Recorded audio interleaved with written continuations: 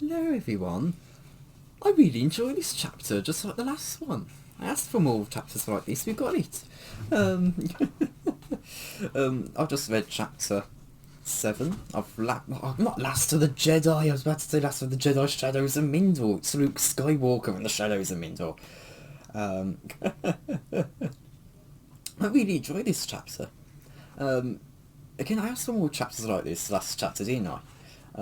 And so I really enjoyed this. It still has a couple of technical terms that can kind of make you go what, but they're definitely not on the scale of like chapter 4, for example. You know, there's terms that will make you go what at first, but you can kind of gather what it means, and like something like subspace, real space, whatever whatever all that's about. So we pick up with Han Solo, and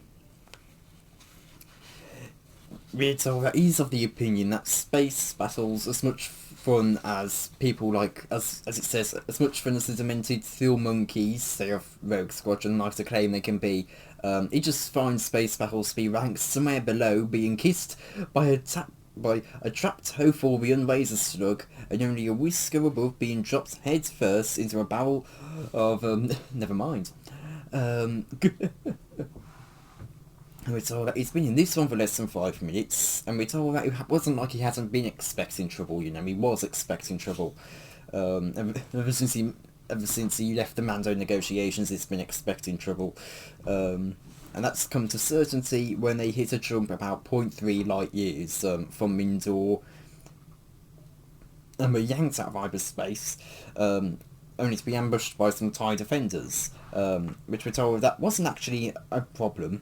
Which, as it says, which hasn't been an actual problem, because he was not, despite Leia's occasional insistence, an idiot.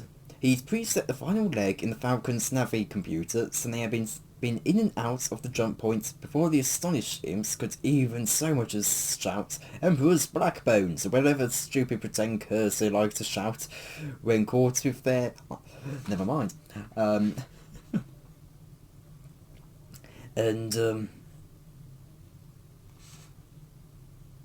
we're told that if he wasn't so worried about Luke, he would have stuck around and dealt with them.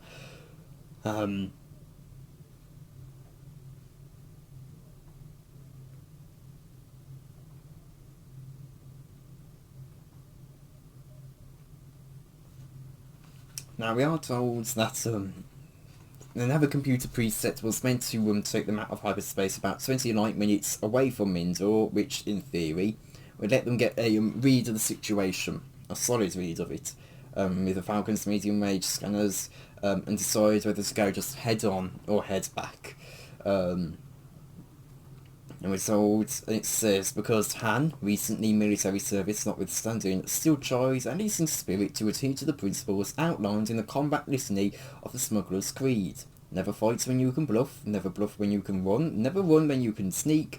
If no one knows you're there, you win. We're told that this was a theory anyway, and in reality, it's not really that.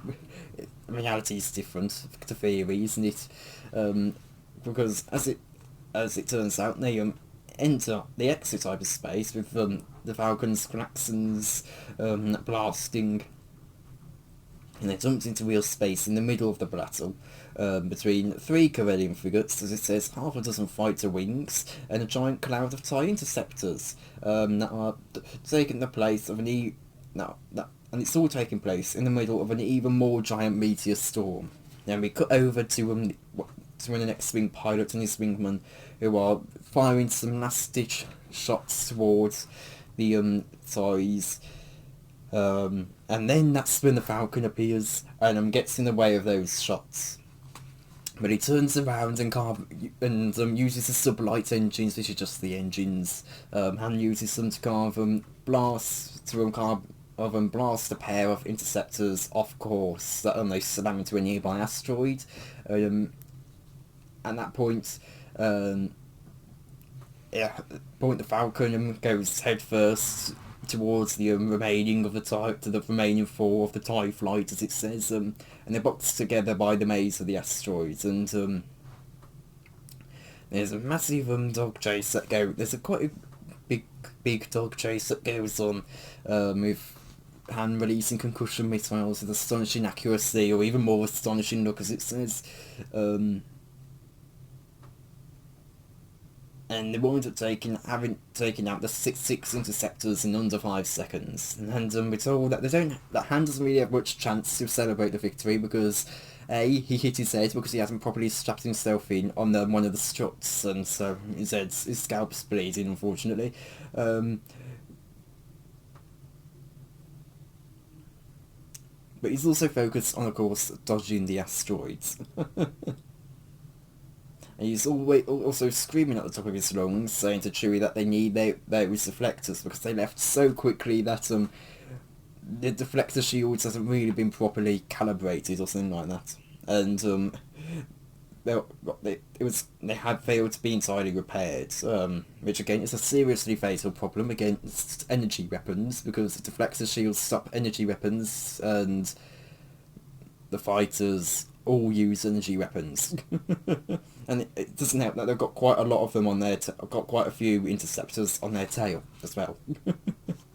But he ignored Chewie's yowls because we're told that on top of everything else that he's sealing you with, something was entirely screwed up with the local space because the Falcon's navigacomputer just can't make sense of the asteroid's trajectory, and we're told that he hasn't experienced this since the Kessel Run. And then you realise that this is like the Kessel Run. And he says to Chewie to give him the particle shields, forget about the deflectors. And Chewie says something that translates to, "You better not be thinking what I know you're thinking." And Han says to him something that he said before in response to this. And he says, "They'd be crazy to follow us, wasn't they?" And without even waiting for the shields or acknowledgement for Chewie, he starts going through all the asteroids, and the particle shields kind of flare to life spectacularly, as it says, kind of incinerating the little bits of the asteroids that touch them. And we're told it makes the Falcon look like makes it look like a small firework, and he reflects that maybe those cemented and rogue squadron field monkeys might actually be right once in a while, and the interceptor pilots, just to them it looks like the Falcon's simply vanished. And we're told that the astral field is dense and unpredictable, so much of the concentration has to be focused on actually avoiding the asteroids and having to rely on the navicomputers to actually figure out where the Falcon is. But they assume that the Falcon has turned off its engines, and they assume that correctly, of powering down its engines and weapon systems deep within the clouds of the metallic asteroids. And we're told it's a tricky place to go because the gravity well projectors, which apparently stop hyperspace from what I googled, and also they create gravity. As it says, have perturbed the entire cloud, and it's sent the asteroids in unpredictable directions. We're told that it says, however, having their prey powered down and weaponless removed a great deal of the danger involved in hunting it. This prey would be more in danger from the asteroids than they were, being a bigger target, and unable to manoeuvre without revealing its position. So a 6 TIE flight spread out into a search matrix and began to methodically sweep the entire cloud. And we're told that Han had learned a few things back from when he was a cadet, and it was that if something's moving in one direction, it's likely to continue moving in that direction. And the navicomputers are usually able, and if it does crash into something, then the navicomputers can usually get a rough trajectory of where all that rubble's going to go, so he can keep himself relatively safe. And we're told that for the TIE pilots, the only external forces that concern them is the grav projector, which Their effects on the local rocks is also well within the capacities of their navicomputers to predict. As it says, as for the TIE pilots, the only external force that concerned them was the grav projector, whose effects on the local rocks was also well within the capacities of their navicomputers to predict. And we're told, which is why it came as a substantial surprise to the flight leader when an asteroid roughly the size of a speeder bike suddenly made a sharp 45-degree turn, as though it had bounced off an invisible patchy ball, and slammed through his port engine, his hull, and his cockpit before continuing out the other side, taking his head with it. Another of the flights suffered a similar fate before the remaining TIE pilots made visual contact with the Millennium Falcon, which was zipping in rings around them without apparently using its stripes at all. Meanwhile, asteroids seemed to actively avoid it, leaving aside from its path, and ending up with improbable frequency in new trajectories that proved catastrophic to the TIEs. And one of the last TIE pilots, the last transmission from the TIE pilots was claiming that this was all the Jedi's work, but he can't even finish it before he gets killed. And we're told about Han was using repulsor lifts, and we're told how they work they're anti-gravity, and the only way to pick them up is on something like gravitic sensors or something like that. So because they don't release anything else that really will bring them to your attention, and we're told that the Imperial ships weren't fitted with repulsor lifts because they weren't really necessary in space. Nor were they going to be able to. Nor will they need to, be able to pick them up, because again, repulsor lifts are, at least when it comes to space travel, quite outdated. There are other things that are able to get speed a lot quicker, which is necessary in modern dogfighting, as it says. But we're told that the other little known feature of the repulsor lift was that it operates with reassuring respects for the laws of motion. It moved the ship because it was shoving against the gravitational field of the planet. The ship moved because the planet wouldn't. If, on the other hand, one directed one's repulsor lift towards a mass significantly smaller than that of one's ship, like, say, a metric ton of asteroids, it was the mass that moved, often very, very swiftly indeed. Some pilots have come to refer to this manoeuvre as the solo slide. Not because Han Solo invented it, the trick was far older than he was, but because no one in the galaxy had ever done it better. And we're told that Han's little stunt is able to bring him a couple seconds to breathe. And the word succinctly comes back up, which if you remember in Last of the Jedi, it's Death on the Boot. If you remember in my review on that, I was really struggling with the word succinctly. I was going like succulently or something like that.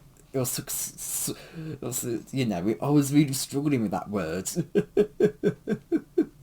So it's funny to see succinctly come back here. And I saw it and went, yes, succinctly. And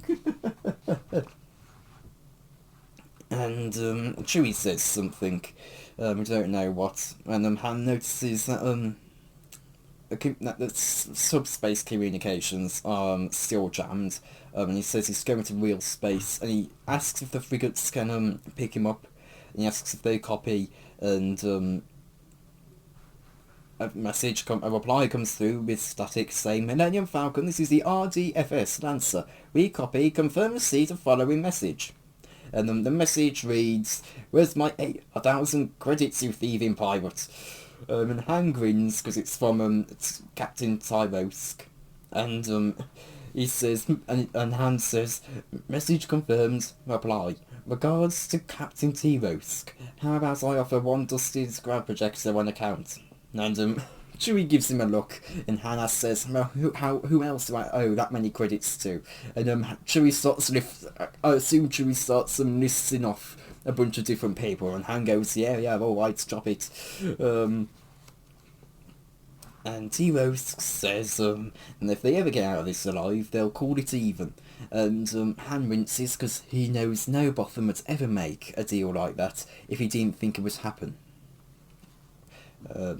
It says, Han winced. No Botham would make that kind of offer if he thought there was any chance it might actually happen. Maybe you better fill in for me. And we're told that the situation kind of plays out like a good news, bad news joke. We're told that Shadow Spawn doesn't have enough interceptors to defend all the gravity well projectors. The bad news is that this is because there are thousands of the gravity projectors scattered throughout the system-wide debris field. The good news, the projectors lack the engines of capital ships to power them and seem to depend on the... I'll just read this all out. The situation plays out like an extended good news, bad news joke. The good news was that Shadow Spawn didn't have enough interceptors to defend all his gravity well projectors. The bad news was that this was because there were thousands of them, scattered throughout the system-wide debris field. Good news, the projectors lacking the engines of capital ships to power them seem to depend on asteroid-based generators and a system of capacitors, in the best estimate the Lancer's computer can make, will be able to power them for only about 4 standard days. The bad news, these thousands of new gravity wells had destabilised the entire system, sending vast clouds of asteroids spiralling inwards to the star, with the first impacts to begin in less than 2 standard days. The good news, most of the asteroids were small enough to simply burn up in the star's corona. The bad news, that was only most of them. Some of the larger asteroids were capable on impact of triggering flare-like stellar eruptions that would put out enough hard radiation to sterilise the entire system, including every single ship, Republic, Imperial and otherwise, and every single life form of any variety on the surface of Mindor. More bad news, each gravity projector the task force managed to destroy would actually speed up the infall of the asteroids, because the outer gravity wells actually slow the decay of the inner asteroids' orbits by partially balancing the star's gravitation. And to counter that bad news, there was no good news, none at all. Everyone was going to die. Everyone. Now this was like the complicated bit, but it's still, you can still somewhat follow it, you know. Shadow Spawn can't protect all those gravity wells, but it doesn't really matter because there's thousands of them, and the gravity wells are unfortunately sending the whole debris field into chaos. But the asteroids on the outermost of the gravity well, you know, they're being pulled in by the gravity well by bit, while bits still being pulled into the star. So it's kind of being balanced out a bit. They're still kind of they're a bit more, I guess they're a bit more stable than others. But anyway, Han says that he doesn't buy it for a tenth of a standard second, and he says that no Imperial commander would just throw away all his forces like that just to take out a few Republic ships, and he says they can't afford to, and there's got to be a way out. And he says that they'll cut their way in and link up with the task force once they get Luke's boys behind them. T-Rose says that the Justice broke up, and Skywalker tried to land part of it, but there was an explosion. And Han just stops listening after that. We're told, amid vivid visions of putting his CL-44 against the forehead of a certain septic-soaked warlord with a made-up Darksider name. Chewie just throws one arm over his face, and Han forces a smile, and says Chewie to look on the bright side. And Chewie says something, and Han says sure there is, and he's managed to avoid dragging Leia down with us. She's safe, that counts for something. The Falcon's comm crackled. You do know this is an open channel, don't you, Slick? And Han gapes and Chewbacca moans again, and you can just tell that this is like a for them. And Leia says that while General Solo spits out his food, she asks if someone will kindly cover Rogue Squadron while they take out a grav projector. And Hans tries to say that Luke is dead, but he's struggling to bring it up, and Leia just tells him that it's absolute nonsense. And Hans says that you said he was still in trouble, and Leia says that he still is, and she says it with enough conviction that Han can hear that her conviction is absolute. And Leia says, Han, do you copy? Luke is still in trouble. And Han finds himself grinning, and he says that's the best news he's heard all day. And we cut over onto Mindor with Luke. with Shadow Spawn, and he's made his mate over to, I guess, the throne room, and we're told that he's made his way through. He made one last round in other tunnels curved deep within the volcanic dome,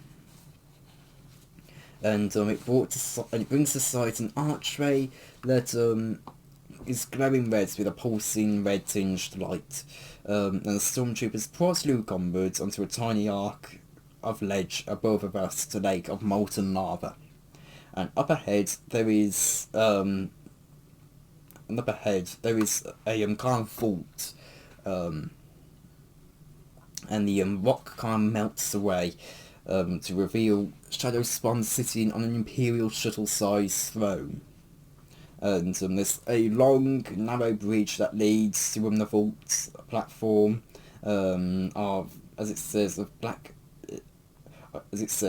leads to a platform of black granites cantilevered out above the lake.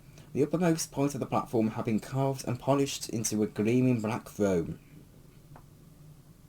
the size of an Imperial shuttle, positioned so that the long form of Shadow Spawn lounging within it was shadowed by the lava fall behind him and the pool below into a pile of scarlet doom. And there's also the lava going off the platform into the lake. Luke stops and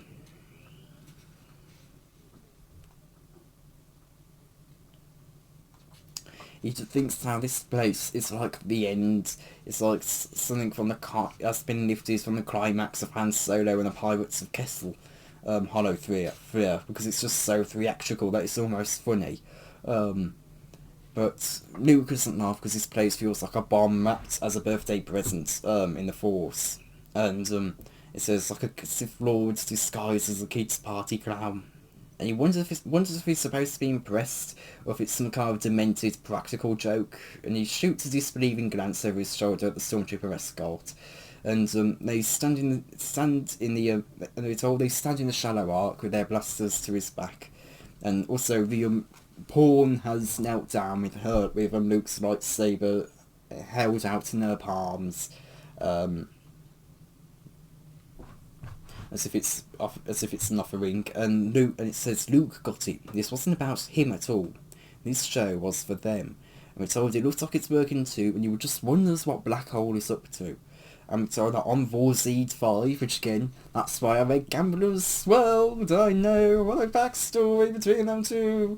We're told that Black Hole only appears as a hollow projection. But he sees Shadow Spawn on the Shadow Throne now was just no projection, and Luke can feel him in the Force. He is a human with origin, and it's told that he can feel the Force, a dark malice of holy human origin, glittering malevolence, and nastily. I'm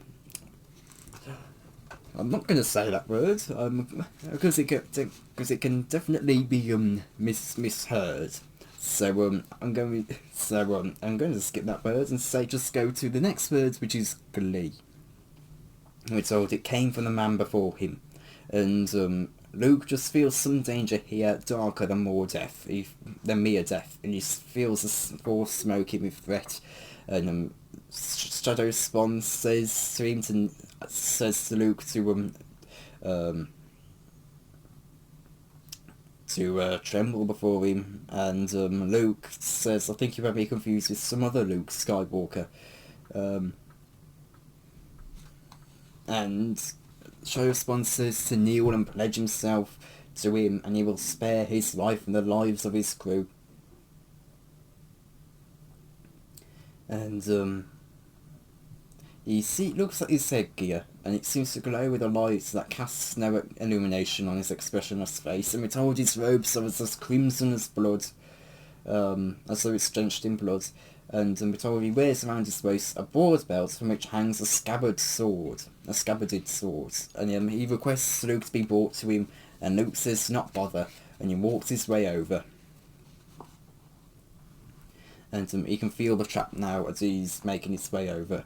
And he nears the end of the bridge, and Shadow Spawn raises a fist as if he's about to hurl Force lightning, but he just says that Skywalker is beaten, and Luke says to not bet his life on it. And Shadow Spawn keeps hanging his fist in the air and says, "I have done what the vain, arrogant Emperor and his pathetic Hound Vader never could. I have defeated Luke Skywalker." And Luke says, "Not yet. Or if it makes you feel better, I can say, do not underestimate my power." Which, that shows us how close he is to Vader. And that's the line that Anakin said. And Shadow responds says that he'll hold his fleet in the palm of his hand, and his gravity weapons will destroy the entire system, and not one ship will escape. And Luke says that that's a problem. How are you going to escape? Not how are you and your forces going to escape? And he says that asks if they can find some less lethal solution. And Shadow responds says that Luke came here to kill him. And he's not phrasing it as a question, he just says, "You came here to kill me." And Luke spreads his hands and says that he told his troopers that he's open to end the day with nobody else dying. Shadow Spawn lowers his fists and rests it on the hilt of his scabbard and says, "In this, you are doomed to disappointment." And Luke says that he doesn't want to do that. And Shadow Spawn says that his Jedi tricks mean nothing to him. And Luke says, No, I mean it. You really don't want to do that. I can feel that you don't."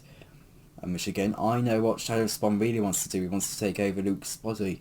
But he steps close and lowers his voice, and Luke says to him, "Shadow Spawn, Black Hole, that is you, isn't it? What's going on? Why the play acting? Are you recording this?" Because he feels he's got a lot more eyes on him than just the troopers and the pawn. And Shadow Spawn thunders his voice as he draws his sword, shouting, "Fall, kneel or die." This is a description of the sword. The blade was huge, a hand wide and a half again longer than Luke's lightsaber, and it appeared to have been cut from a faceted crystal, like a single vast diamond. As Shadow Spawn pulled it free from the scabbard, it kindled with a scarlet glare as though it had gathered itself the light of the lava pool below. It was, Luke mused, the same colour as Vader's. Was that why this all felt... Was that why this all felt, well, staged? But staged or not, there was no limit. There was a limit to how far Luke was willing to play along. And Luke says, "Listen to me, Black Hole, or Shadow Spawn, or whoever you are. I'm a Jedi, but I never had the time for all the training some of the old Jedi were supposed to get. I've heard they try to end conflicts without violence, but that's something I'm still learning. Do you understand? If you attack me, I will hurt you. If hurting you isn't enough, I will kill you." And Shadow Spawn says that he thinks he can defeat him, and he tells him that he's a fool, and that the blade is a product of untold millennia of Sith alchemy. And against such power, Luke's lightsaber is just a Jedi toy. That it's just a Jedi toy. That says that his Jedi toy is just a broken reed. And Luke squints and goes, "Sith alchemy? Are you kidding?" And Shadow Spawn says to come Skywalker and summon his blade and fight and destroy humans. His men will serve Skywalker. And Luke just blinks and goes, "What?" And Shadow Spawn says, "Legions of Shadow, hear the word of your Lord. If this Jedi Pap can defeat the Lord of the Shadow Throne, you will be his. Obey his every word as you would my own. Thus is the command of Shadow Spawn."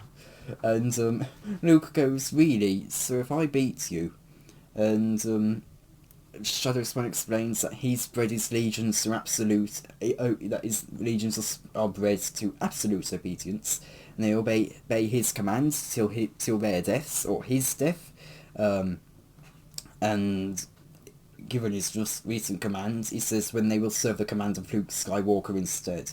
Luke feels that Shadow Spawn's telling the truth, and is actually inexplicably telling the truth. And Luke extends his right hand and summons his lightsaber from the pawn, and he ignites it. It says he shifted his weight and settled his shoulders. "All right then," he sighs. "Take your best shot." And that's where we end the chapter. The military say, I have seen someone say on a review for this, a non-spoiler review for this book, that the military segments still drag on, and I agree with that in chapter 4. I agree that just went on and on and on unnecessarily. I like that we're picking up the pace again. I like that we're picking up that pace. We need to pick up that pace. It's the thing is this. The thing is, since from chapter 1 to chapter 5, the book just has been really slowly paced, and it makes those long-lasting chapters really, really annoying to read, like chapter 4. But you know, this whole chapter was pretty good, well paced. You know, it didn't feel too fast, but it felt just right.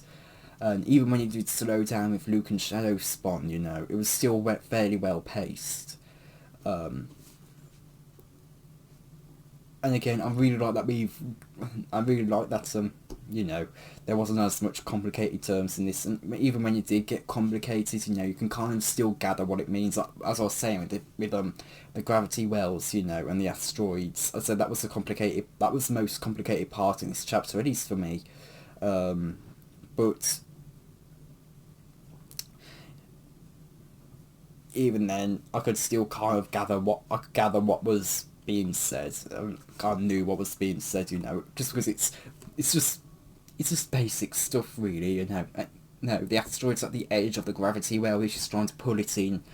The star has its own gravity trying to pull it in. It's in the middle of those two poles. It's being stabilised by the two poles. So, you know, that's, you know, you can kind of gather what that means, you know. I do find it's interesting. You can kind of tell that there is something off with Black Hole here. You can, and I think it's because, again, he wants Skywalker to kill him.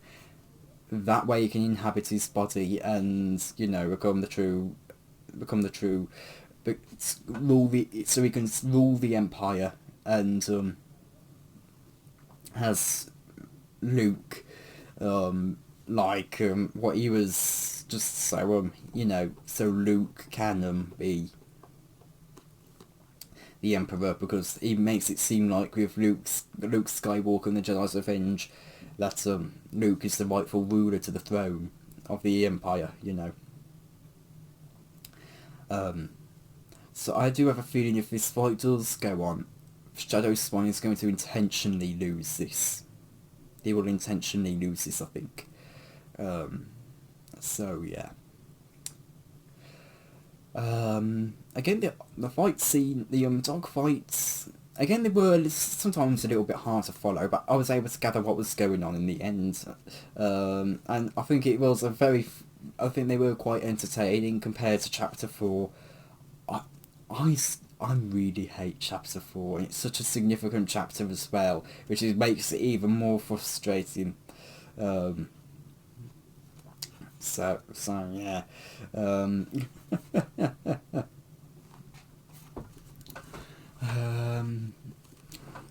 What else? Again, also the interactions between Luke and Shadow Spawn here. You know, Shadow Spawn isn't really fazed about being called Black Hole. You know, he's just more concerned about getting this over with, and you see Luke, who's trying to be reasonable, and he sees how Black Hole's trying to be so theatric and staged, and you see how, you know, it's Luke isn't really playing along, and I guess, and you know, Shadow Spawn's almost getting frustrated at that, like a child, you know, when a child is saying, you know, when you're like playing pretend as a child, and you know, have like a parent playing with you and they don't quite get what you're going for, and to you it's so obvious and you just want them to play along, and you know, that's the kind of thing that you have Shadow Spawn doing here, and it's really funny to see, because, and it kind of leans back into what Leia said a couple of chapters back. It's how come I know no one but under the age of 60 who can't even pretend to act like a grown-up, and the only one that can is my brother.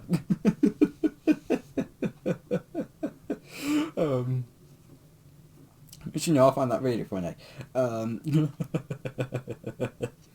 But yeah, I really enjoy this chapter. I think it's quite a good chapter. I think though that brings an end to this review. So I'll see if I have anything else to say. What else can I say for this? Or Leia appearing just as they thought that Leia was safe, you know. That was hilarious, you know. I knew it was going to happen. I knew it was going to happen as soon as Han said, but at least Leia's safe, you know. That counts for something. And then Leia just appearing, you know. I knew that was going to happen. I knew it was going to happen as soon as Han said that line. And even though it was predictable, it was funny. It was funny nonetheless. There were positive explanations. I think again that was a bit complicated. I didn't really, unlike the black hole stuff, you know, not black hole. I wanted to say black hole because it's all gravitational stuff.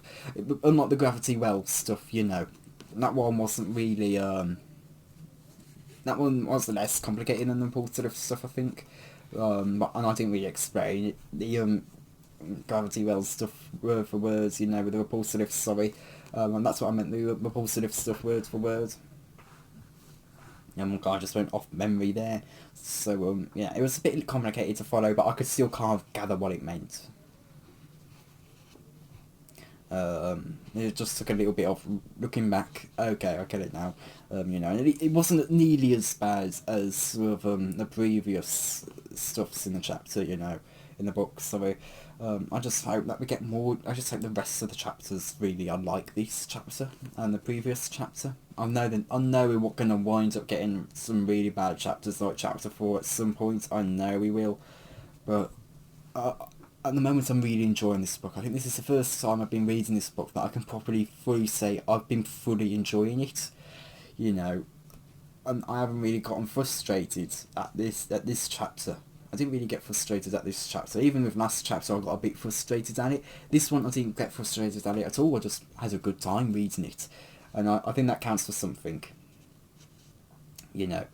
I think that shows that even with the terrible writing that Matthew Stover has done for some parts of this book, he can still write good. You know. And it's something that... It's more complicated than black and white. You know, it is more complicated than that. And you see how there are parts of this book that are really good and parts of this book that are really bad. So yeah, the first... So yeah, it's been a bit of a tough read, but to get to this point, but you know, it's easing up a bit, and hopefully it continues to ease up. I think that brings an end to this review. I don't really have anything else to say. Is there anything else I want to say, really? Is there anything else? Oh, Han, and he's thinking about, you know, Rogue Squadron and what that was all about, you know, that was quite funny to say. But, yeah, I think that brings an end to this. So, thank you all for watching, and goodbye. Hello, I've just read chapter 8 of Luke Skywalker and the Shadows of Mindor. I really wanted to say Last of the Jedi, Luke Skywalker and the Shadows of Mindor. I really enjoy this chapter again, and it's all because this one, you know, quite literally has no complicated terms in it. It was a fairly simple chapter, and I really like that. Oh, it was over 10 pages, I didn't even notice that. So Han and Leia and Chewie are all now down on Mindor, and Han refers to it as Mindar, and he says, isn't this supposed to be some kind of resort world or something? And they made their way over to the last known position of the Justice. They landed there, and Chewie, who's up trying to repair the Falcon from all the meteorite hits, it tells him that it's Mindor. And Han says, oh sure, Mindor, whatever. Who cares anyway? If I want to call it Mindar, who's gonna argue? You? How about you, Princess? And Leia isn't answering because she's just moving slowly. It says it's as if she's feeling her way as she follows a zigzag path up the slope of the half-used lava around the crater of the Justice crash site. which we're told is still emitting a better than fair amount of hard radiation. And Han silently climbs up the the ladder to get on top of the Falcon. And we're told that he can't go up the back ladder or whatever it was, because he's left the engines running, in case they have to make a quick escape. And Chewbacca's doing some repairing, and he asks how long they'll be until they're space ready. And Chewbacca says something, and Han says, "Is it my fault they decided to have their battle in the middle of an asteroid field?" And Chewie says, "Marwalk, Wolf, you do not do all the ship work. Haven't I been sweeping out the holds ever since we landed? A lot of that dust is radioactive too." And he waves at Leia and asks if she's getting anything. And Leia calls over to him that Luke was here. And she says that she means she thinks he was here. Well, pretty sure, and says, well, mostly sure. And Han asks if she knows, if she has any feelings about which way he went. And Han doesn't really care which way he went, because he's just hoping whatever the way that is has food and drink. Because we're told that he hadn't had a chance to restock the Falcon's galley before leaving the asteroid base, and we're told he gets hope to refill it all in the asteroid base. Which, I'm finding funny, but I refer to it as the asteroid base, because, in my mind, asteroid base is the Jedi asteroid in Last of the Jedi. I know it's not referring to that, but in Last of the Jedi, it often referred to the asteroid as the asteroid base. But it's all like Han didn't really get a chance to stock anything up, so he kind of had to because of how they left in a rush. He's had to pretty much eat what they've had on the Falcon, which isn't a lot to begin with, and it's stuff that isn't really Han's favourite, and it's been waiting for 5 years to be eaten. And it's always that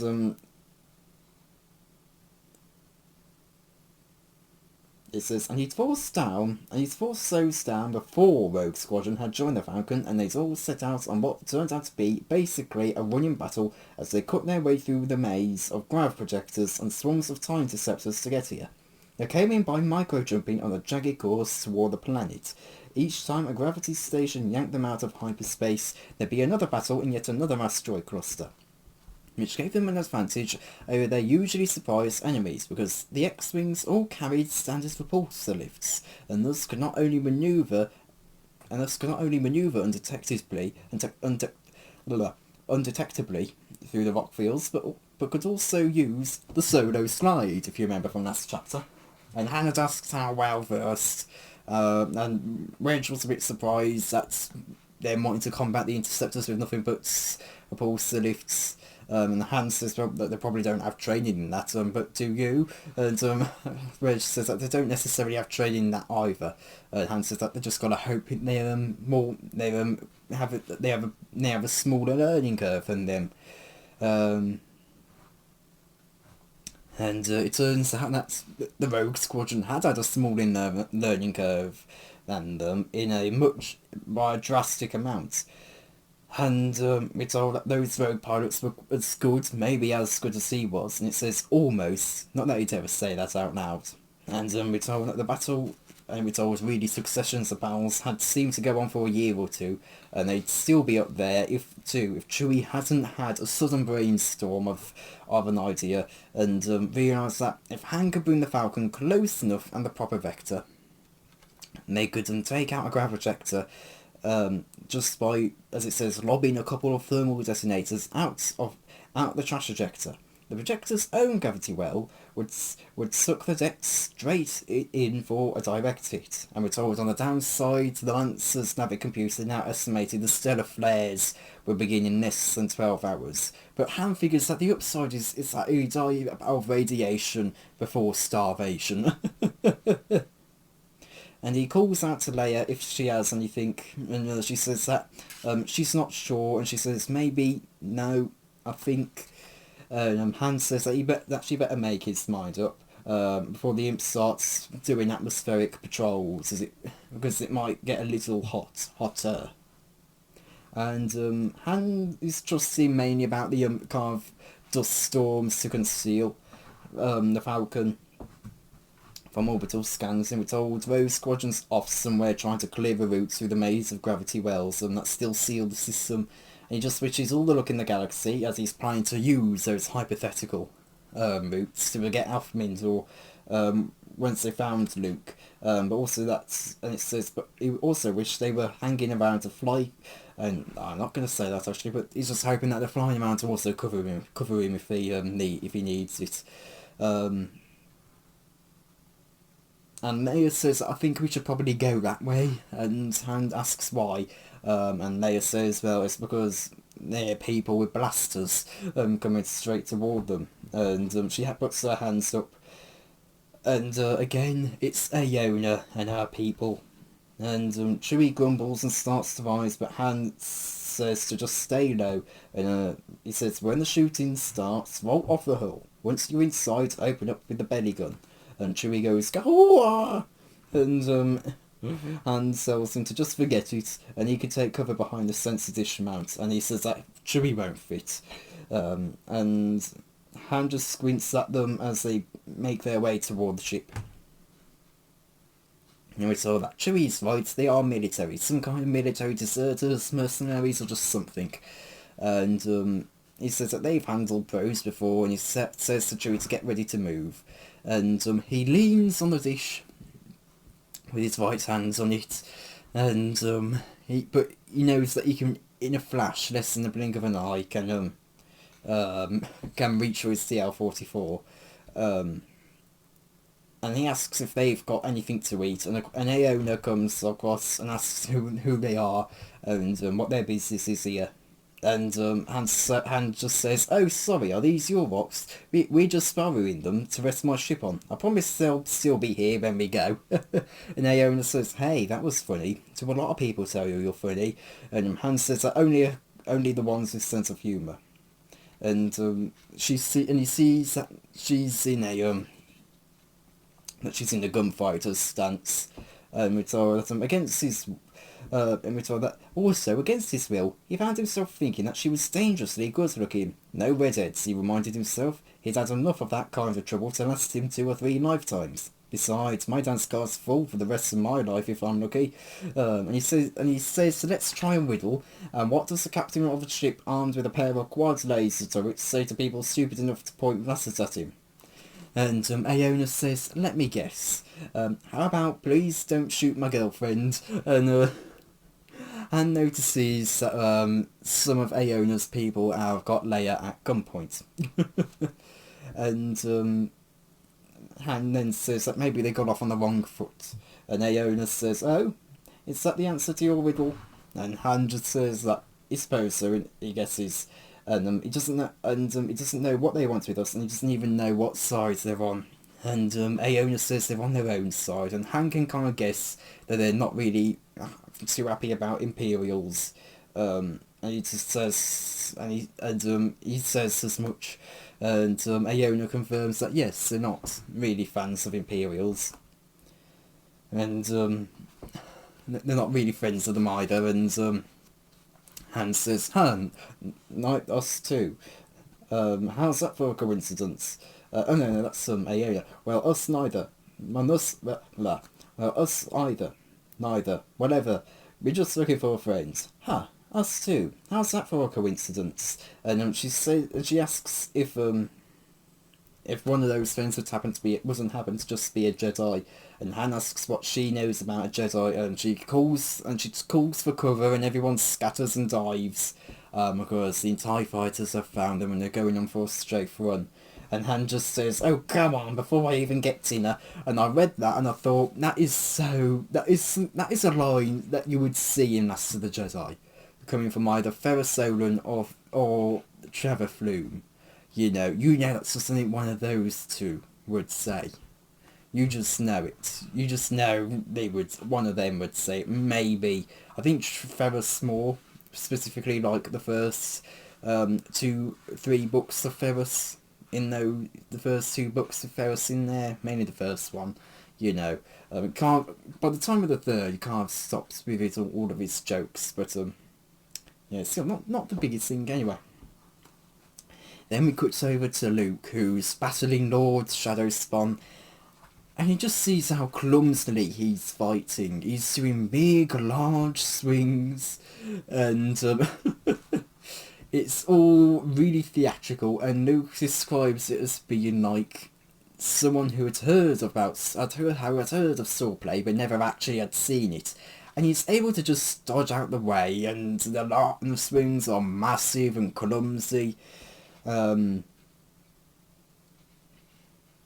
And Luke, and we're told that Luke would have found his clumsiness kind of funny had he not been able to feel a gathering threat in the Force.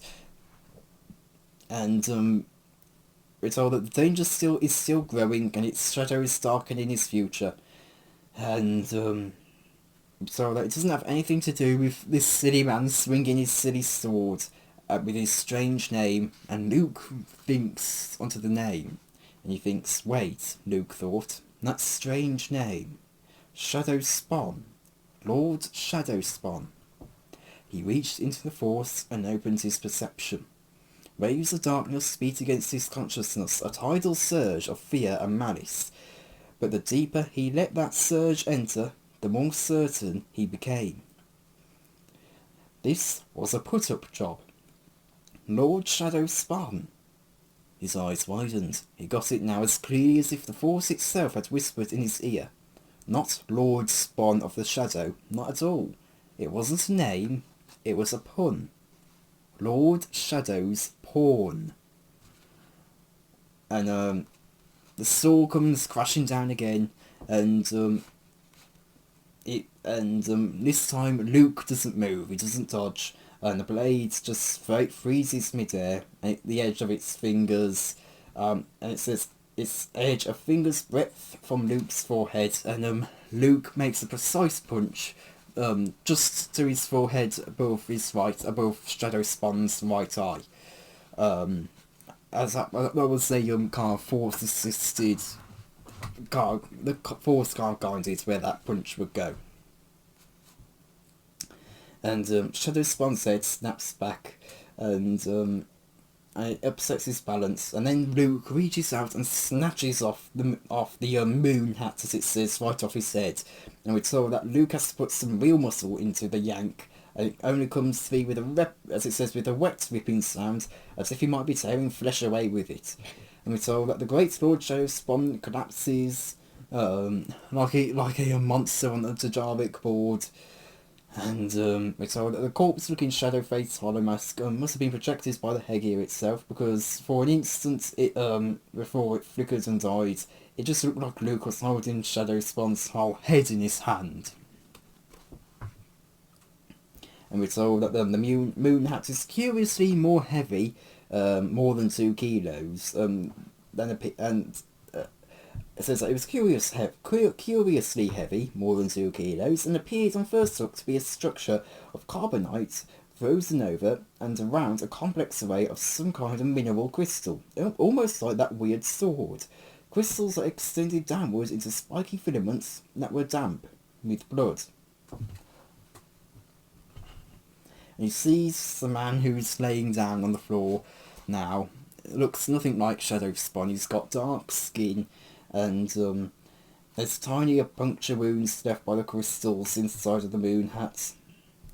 We saw that behind the blood, it's, of course, that's dark skin, and his eyes are an extraordinarily vivid blue, shade of vivid blue, and he says that Skywalker needs to kill him. And Luke says that he doesn't need to be killed, he needs to be rescued. And he says it's too late for that. And his voice bears no resemblance to Shadowspawn, and he has an accent that Luke has never heard of before. And he tells him to kill him, then kill himself, and if he doesn't, he says, "You'll become me." And Luke says that he wouldn't be the first guy who was wrong about who he's going to become, and that he asks who he is, and he says he's Nick, which is of course Nick Rostu from the start of the book. And yes, and Nick asks if he's related to Anakin because he would have smoked him without a second thought, and Luke says that, well, yes, but he's not the man he was. And Nick says that he could use a guy like Anakin about now, and Luke says that, well, all they got is us, and he asks if he can get up. And Nick says that sure, someday, and Nick wonders why the troopers aren't shooting. Luke squints at them and says that maybe it's because he won. And Nick goes, what? How much do you remember? You ordered them to serve me if I defeated you. Oh, I remember. It's just that he shook his head. It wasn't exactly me. I figured that out, Luke said dryly. But if we're lucky, they haven't. He suddenly pointed the blade of his lightsaber at the two closest troopers. You and you, come out here and assist this man. That's an order. And the troopers, almost without hesitation, make their way over. Well, they don't actually have any hesitation, they just make their way over. And Luke thinks that it can't be that easy. And Nick just says that that's right. And he says, got that right. And he says, listen, that headgear, you've got to understand, it's a device, a machine, Sith alchemy. There really is such a thing as Sith alchemy? That wasn't part of the act. Look at my head, Skywalker. That blood looked like an act to you. He shut his eyes and gathered strength with a deep breath. There are crystals implanted in my brain, and that headgear concentrates the dark. What you call the Force, so that Cronal, black hole, can use me like a puppet. He can see through my eyes, hear with my ears. The more Force touch you have, the more he can do with you. That's why he made me into Shadow Spawn. Luke blinked. Those other officers, the Moon Hats. They're none of them exactly volunteers, Nick said. Minor League Force sensitives. That's what the raids have really been after. He kidnaps them, puts them through the surgery, slaps the headgear on them, and they not only become his puppets, but also his eyes and ears and hands and mouth. They're all innocent. Most are. Some are like me. Nick tilted his head. It's been a while since I was innocent of anything. And Luke isn't sure what he means by that. And Nick explains that he and Black Hole, well, they explains that they tangled, and he says, recruiting. We tangled while he was recruiting, out in the Outer Rim. I chased him till he caught me. And Luke asks that Nick chased him. And Nick says him and others, and he's got his own reasons, and he says that he has his own reasons to hate Darksiders, and everyone's got to have a hobby. And he refers to Luke as kid, and Luke says that nobody calls him kid anymore. And Nick apologises, and Luke goes, me too. And Nick says to him to get up on the throne, and Luke asks why, and he notices that the rock is starting to recede. Shadow Spawn's using his force, I guess, I know it's a force, but I'm going to refer to it as his magic, to recede all the rocks. And one of the stormtroopers, they try to grab onto the ledge, they fall off pretty much immediately and flail into the lava below. The other shadow trooper is able to hold on, but a blue energy bolt slams into him, and he falls down, and he doesn't flail, and he's probably either unconscious or dead. And they both fall into the lava below. And the other shadow troopers and the female pawn, or as Luke keeps referring to them, the Moon Hat, all collapse to the floor as if they've just been shot. And it says either already or no, it just says also collapses if shot by a bank of stunners, and then the ledge sags beneath them, and they all fall down into the lava as well. And the ledge all of a sudden kind of flows back up to seal off the mouth of the cavern. And Nick says, so much for the witnesses. And Luke feels a surge of danger, and he grabs Nick. He tangles a fist inside, as it says, Shadow Spawns, but it's really Nick's robe. And he leaps over toward the rock of the polished obsidian throne, which actually I do need to explain. I missed the line where Nick says, "Get up on the throne." What? Do it right now! Luke put his hand on the arm of the shadow throne. It was smooth and cool as polished glass. Why? The throne's obsidian. This other rock, it's all melt massive, like the bridge. So what? So that, and that's when Nick points to the bridge. But Luke is now back going a bit ahead again to where I just was. Luke's got Nick, and they're both standing on the throne. And Luke asks now what, and Nick asks if he can use the Force to get them out of here. And Luke says he doesn't think so, but if Shadow Spawn wanted them dead, all he'd have to do is turn off the repulsor lift that's holding up the throne, or, drop the heat screens. And Nick says that he won't, because that's what he's been trying to tell him. And he says, he doesn't want you to kill you, he wants to be you.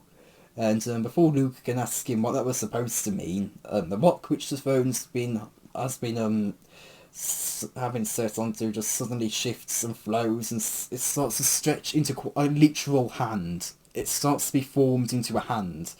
Netcarve starts to try and and it starts holding them in his palm, and the huge fingers of stone, which are 3 times as long as Luke was tall, close over them, and Luke brings up his lightsaber to slash off one at the knuckle, and it flows down, and it sets at Luke's feet, holding him in place, and they hear a laugh coming from the concealed speakers.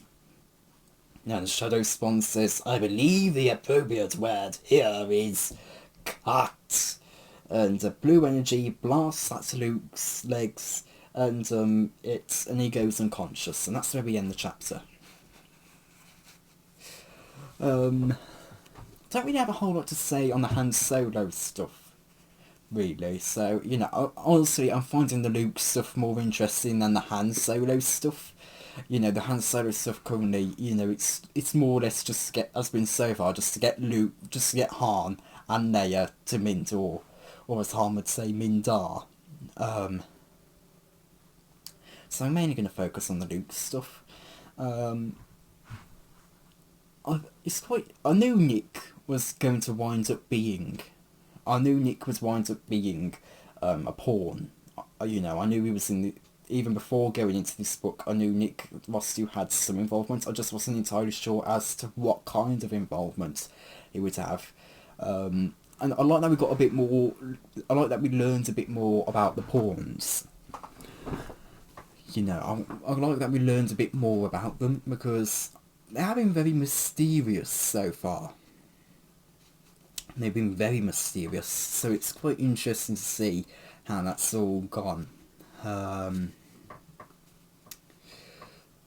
What else can we say? I like that, of course, you got Luke kneeling down to Nick, and you see that kind of confidence in Luke, but that also willingness to help, He sees that Rostu is more than is probably very weak. You can see he's injured. And he's calling over for the troopers to assist him. And it's a very Luke thing. He's trying to understand and also trying to help. He's trying to comfort Nick. I think you can kind of see that in their conversation.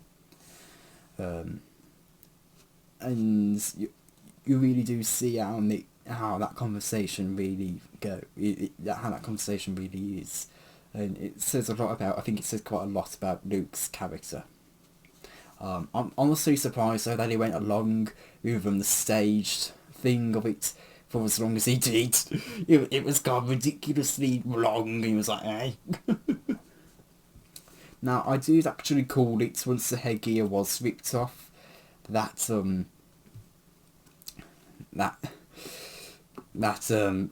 Shadow Spawn was technically present, and I say technically present, because of course the headgear is actually pretty much the way he controls them, you know, and I assume that's what it was. I guess it had something to do with the headgear, and that it was actually Shadow Spawn in control until the headgear got ripped off. You know, that was my guess, and I guessed it correctly. So when the headgear was ripped off, I thought, yeah, Nick. That definitely isn't Nick. You know, I haven't read Shatterpoint or Coruscant Knights yet. I've got Coruscant Knights up on my shelf to read, but I haven't read it yet. But you know, I knew that it wasn't Nick's. I knew it wasn't going to be, you know, Nick's. What Nick was actually. It's not actually Nick there, is it? And I knew it. The thing about this book, though, it always feels really odd whenever Black Hole is referred to as Black Hole or Cronal. The last name I was expecting to get brought up was Cronal. And I know the name was probably going to get brought up eventually, you know. It is Shadow Spawn who is Black Hole Cronal. I knew it was going to get brought up eventually. It just doesn't feel right for it to get brought up for some reason. And I think it mainly just comes down to the fact that Black Hole is such a nothing character outside of this book. You know, he's very secluded in his kind of own world. He doesn't really have much presence outside of like the Gambler's world, the Emperor's Pawns and Imperial Warlords and a couple other stuff. You know, he's very much, and also the other stories that he was featured in before being retcons into one character. You know, it's very much kind of like his own little thing. So whenever he gets brought up, and especially because he was such a nothing character before, you know, the Gambler's World literally just made him the most generic Imperial they could have made him. It feels really weird when he does get brought, when he is actually named, when it's Shadow Spawn. It just feels really weird when he does get named. So... Yeah, it's just really weird when he does get brought up by Cronal or Black Hole. I know Peric is not going to get brought up. I know that's not going to be brought up at all. Because, you know, that retcon didn't come until quite a few years after this book was released. And that was in Imperial Warlords, The Spoilers of an Empire Part 3. Which again came out a couple of years after this book. That came out in, I think, either 2014 or 2015. This came out, I think on like December 30th, December 31st of either 2008 or 2009. I think it was 2008. So yeah. But yeah, it's just really weird when Cronal is brought up by name. It just doesn't feel right. I also know that, I think it was at one point Abel G. Penner, you know, I think at some point he was wanting Arthur Prime to be Shadow Spawn, which I think probably would have worked, may have worked a bit better, but you know, we'll see how this all goes. And I think so far it's quite interesting, this book. It's a very interesting kind of take on everything. I think the stuff with Shadow Spawn, though, you know, feels very fantastical. And if anything, you know, maybe a little... Oh, sorry, screens just went off again, because these reviews take so long, they turn off. But, you know, this whole stuff with Shadow Spawn is... it's a bit edgy. It's a bit fantastical and edgy, especially like the design of Shadow Spawn, you know, on the artwork of... on the back cover artwork. The thing is about the back cover artwork, I don't know if this is just because of I think this is hardcover. I could be wrong on that.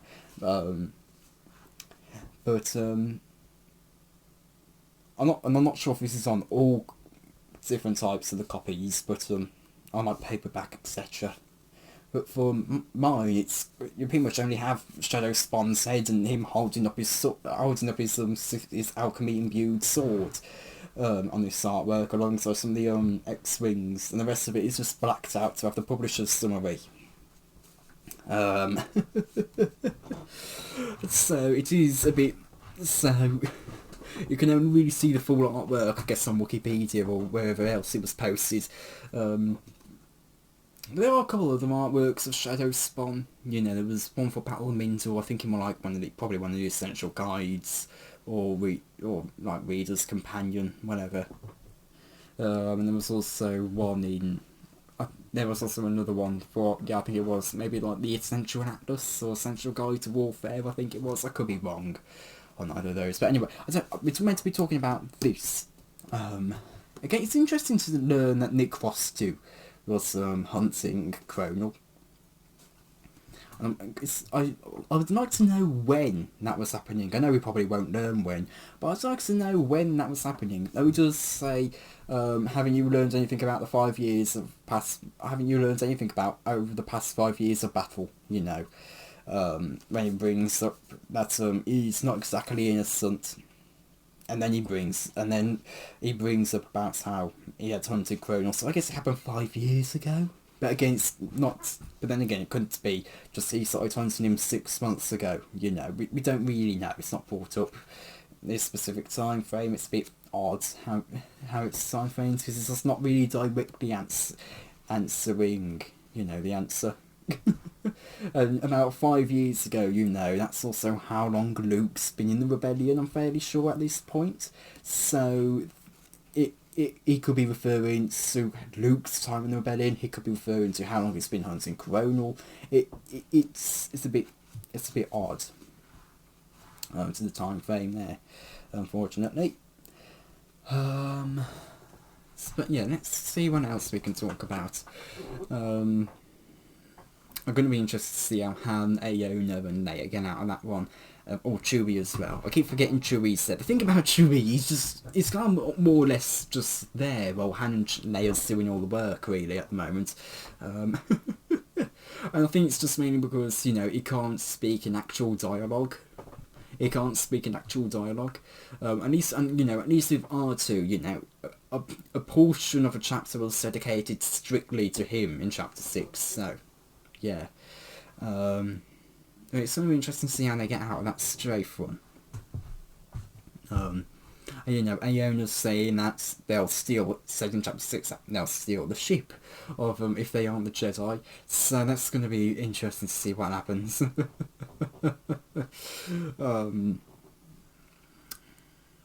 But yeah.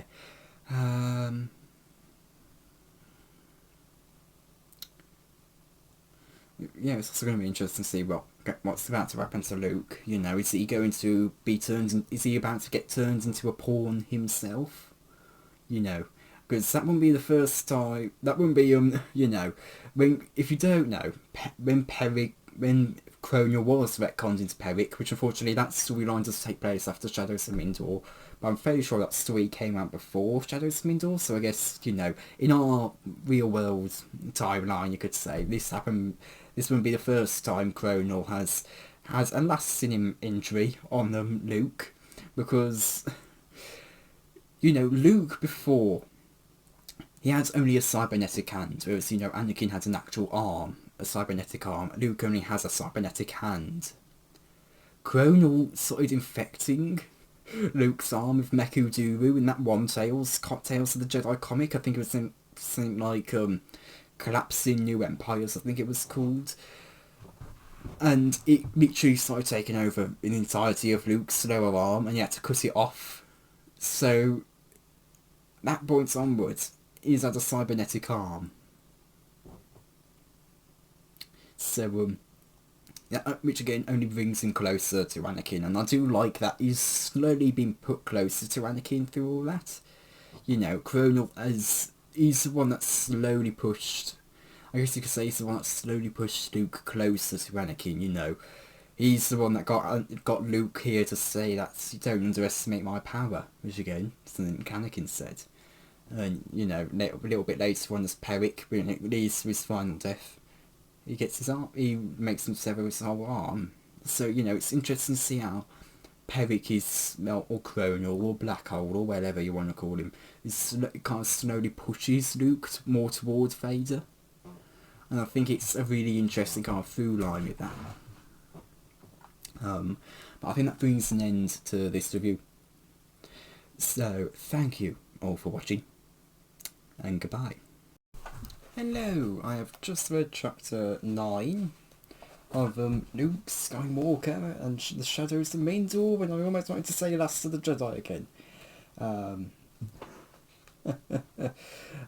This chapter, it kind of encapsulates almost all of my feelings on this book, with the exception of the thought-provokingness. This pretty much encapsulates all of my feelings on this book. Also, the fact that it also doesn't quite encapsulate that, this book can get a bit edgy at times. It's all, with all the shadow this, shadow that, and how the pawns, how the elect become pawns, it's all very edgy. So with the exception of that and the thought-provokingness, this kind of encapsulates my whole feelings on this book, with the first part of this chapter being it's alright, then the second part being I hate this, and then the third part being I'm really enjoying this. So this is a bit of a roller coaster of a chapter. But let's pick up on it. So we're starting off with the first part, which is with Han. Again, he, Chewie, Leia, and Aona Cantor's people are under attack by the Empire, by Imperial Strafe Runners, and we're told Han's mental catalogue of preferences was as agile as any other part of him. A couple of squadrons of TIE fighters coming straight at his nose transformed in the blink of an eye, the top of his list from, at least I'll roast before I starve, to I don't want to die on an empty stomach. And he shouts to Chewie to go, even though he's kind of a bit oblivious to the fact that Chewie's already gotten off the hull. And Han sprints along as the laser blasts splash around him and send the molten titanium to him, and burns holes in his clothes. And he almost falls head first on the floor. But he's able to recover himself with a bit of with a tuck and dart, with a tuck and roll thing. And he notices that the Falcon isn't nearly as damaged as it actually should be. It's not penetrating the dorsal armour of the Falcon. And he thinks that there must be something in the metal's charged atmosphere that must screw up laser collimation. And he winds up landing, and while it's not entirely graceful, it's close enough for his purposes, and he, Leia and Chewie run up into the Falcon, and orders them to orders Leia to take the bottom turret and Chewie to take the top, and he'll drive, and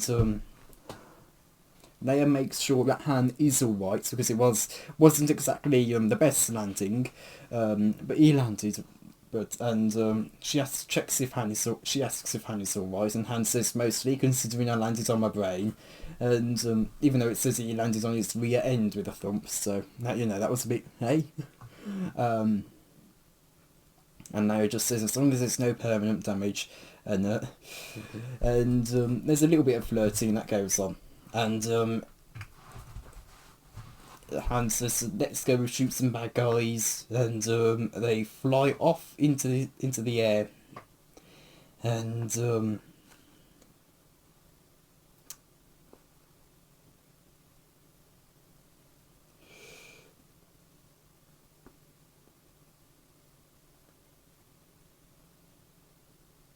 oh right, sorry about that. It says, while he stabs buttons and flicks switches, he whispered a quick thank you very much to whatever part of the force might be looking after fools, scoundrels, or reformed smugglers, grateful that the Empire had never thought to arm their TIE interceptors with missiles or torps, especially since, as a searing red failure indicator informed him when he tried to fire up the active defences. The atmosphere seemed to have similar effects on deflectors and particle shields. We're told that on balance, and it says that on balance, the most effective weapons in this particular engagement just happen to be on the Falcon's forwards missile array. And he just says to himself that it works for him, and he flies up into the air. And we're told as if it had been drop kicked by the entire planet. And they start spinning and spinning up into the sky. And Leia says that they can't hurt them, that she can't hurt them, and that they just fly off the controller panels, and says that asks if something's wrong with the guns. And Han explains that it's something wrong with the atmosphere and to not complain about it because it's what's keeping them alive. And he suggests to shoot their viewports because they aren't armoured, and he says, aim for the eyeball and shoot them in the face when they swing in on attack runs. And they have a bit of a dogfight that goes on, and Han uses his front-loaded missiles to hit a leading interceptor, and then that wreckage hits another interceptor, which hits another interceptor, and the other interceptors are able to part by that third. And Han says that, hey, they're going after the Mint, and it seems like they're going back into the strafing runs. And Han says, hey, they're going after the Mindor.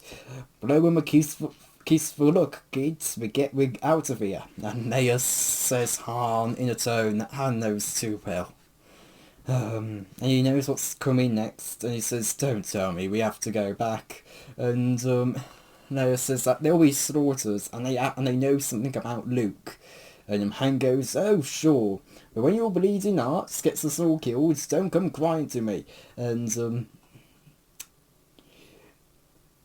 he loops back around, tries to fire more torpedoes, and he's out of them, which I knew was going to come. Like, of course he's going to run out of torpedoes, or missiles, or whatever it was. Yeah, missiles. And Han just thinks, now you tell me. And he tries to contact Wedge and Rogue Squadron. And he asks if they're in the area, and because they could use some cover right about now. And I'll just read out this interaction because it's a bit complicated for me to figure out. And it says, Han key the comm. Rogue leader, Wedge, you out there. If you're in the area, we could use a little cover right about now. The speakers crackles, faintly through the bursts of static. Negative on the cover, Falcon. Do you read? Negative cover. We are buried. There's small ties and rocks out here. Do you read? I'm not gonna say that. It just says I'm gonna have to emit a word here. Loud and clear. No, 2 words there actually. Han mutters. Can you pry open a window for us? No joy starside, Falcon. Do not attempt. Hostiles have you under the blanket. Find a hole and pull it in after you. We'll be back as soon as we round up some friendlies. Negative, that sticks to Leia's plan. We'll make our own way. We'll find Luke and meet you on the far side of the jump point. Copy that. Clear skies, Falcon. See you soon, Wedge. Copy, Han. Take care of the pretty lady. And Han says that he always does, and then he realises that, oh, Wedge means Leia. And he just adds on, and her too.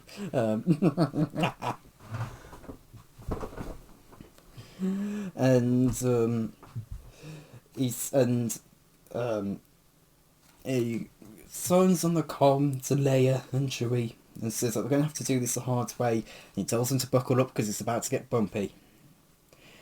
And the targeting computer starts to shrill an alert saying that there's a missile lock detected. And Han's confused because the interceptors don't have missiles.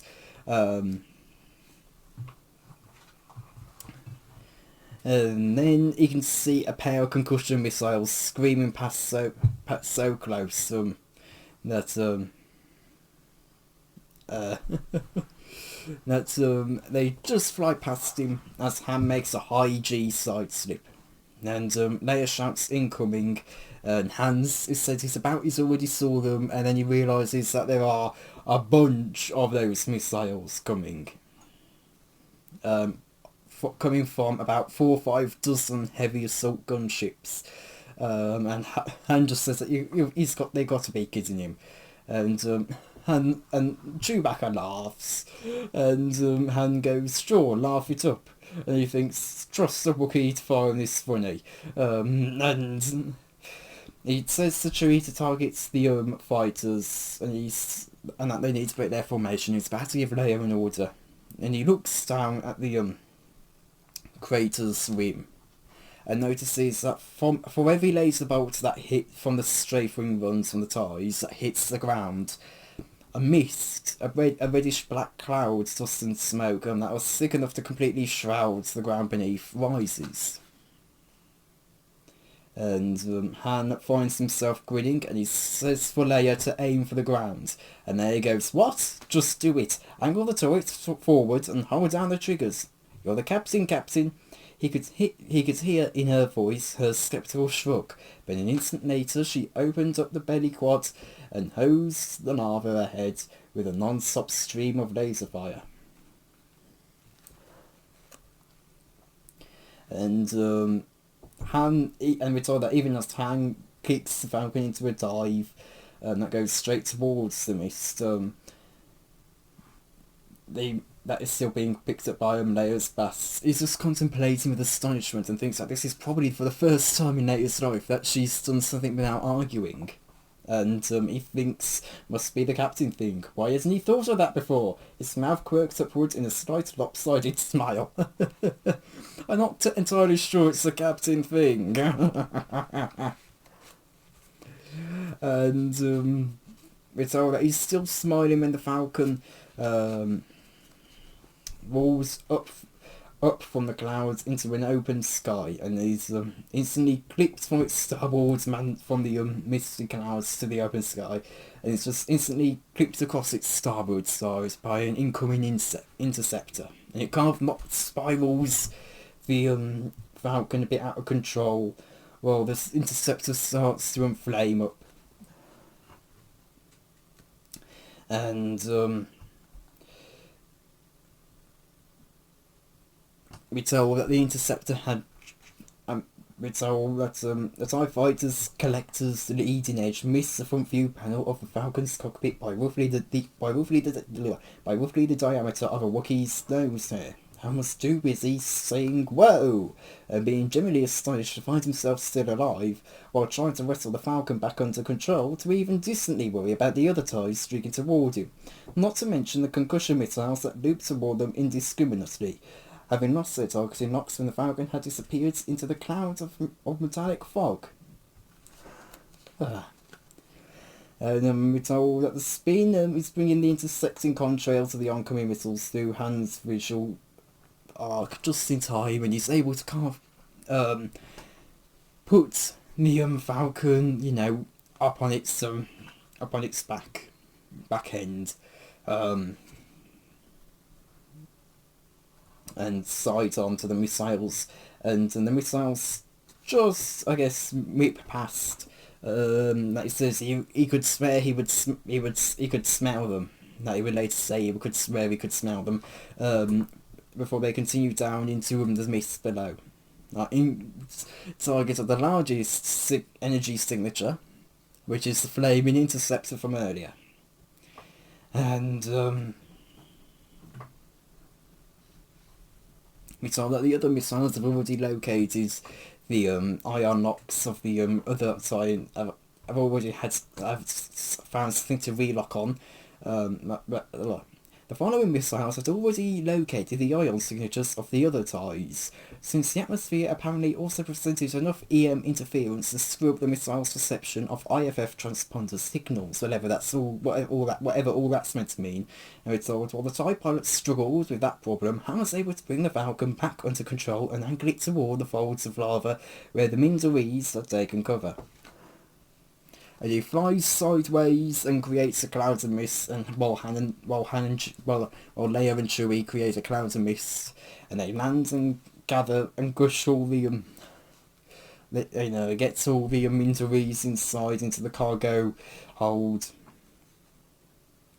and Aona blows a kiss that somehow manages to look grateful and sarcastic at the same time, and Han whispers to Chewie and Han to secure the turret access bulkheads and don't come out till he tells them. And we're told that those bulkheads were signed up to anything short of a mining charge. and Chewie is Chewie immediately does so, but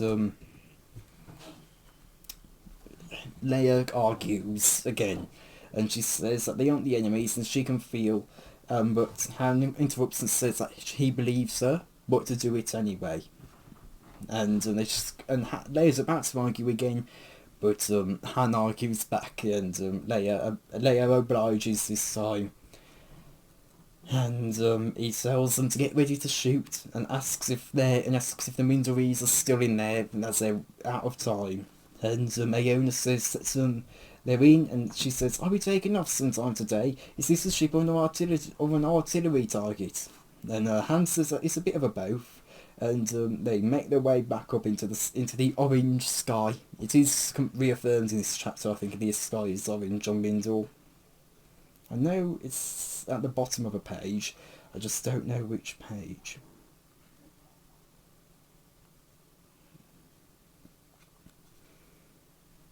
I actually very much want to try and find that page.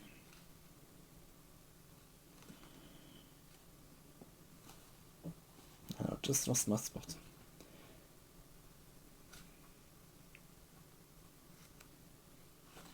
There we go.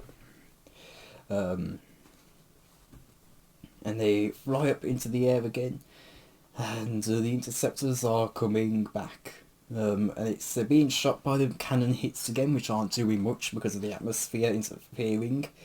And Han spots the heavy assault gunships, which are circling into formation for a new attack.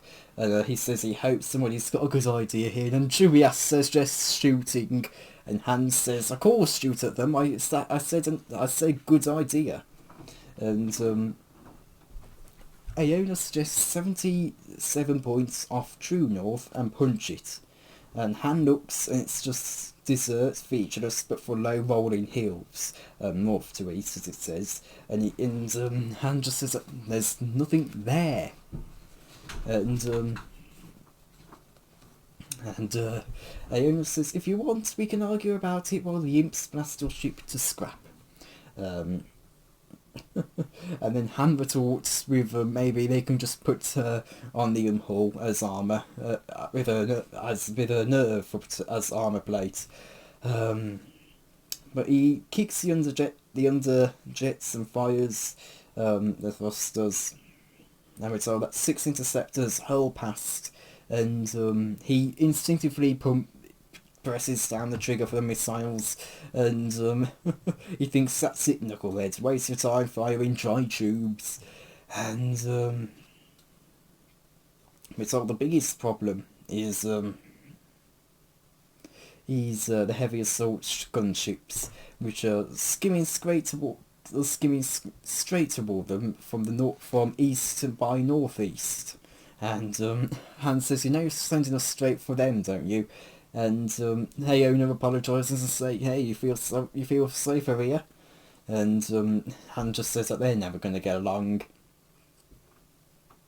And Aona suggests to get the TIEs into a tail chase, so that they'll shoot at the gunships without intending to, and the gunships will shoot at the interceptors. And Han Solo does this. Han does this. And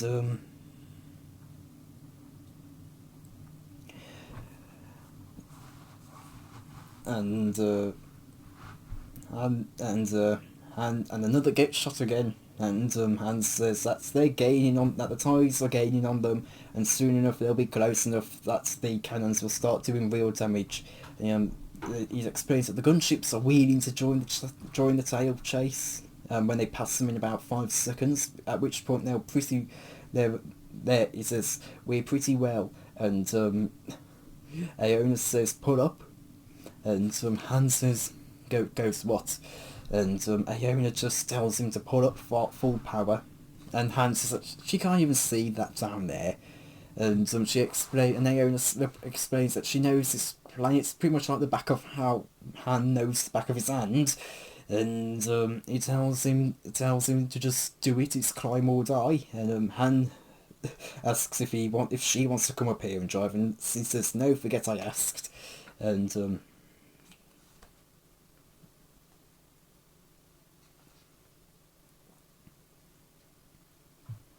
he pulls up, and it overloads the inertial compensators. And with how violent it is, it says, he caught himself indulging an uncharitable fantasy that one particular Mindorese had failed to secure herself and had fallen and broken something, preferably her mouth, as in Iona. And we're told that the pursuing ties climb up with them, and they're trying to open a window for the gunships, which are obliged by launching a spare more concussion missiles. And we're told that then the sky flashes scarlet, with magnetic resonance harmonics that sound, and to Hans' experience here, he knows that is a really, really big turbo laser blast. And he asks where that came from, and Leia tells him to do a quarter roll and he'll see it, so he does the quarter roll, and he sees the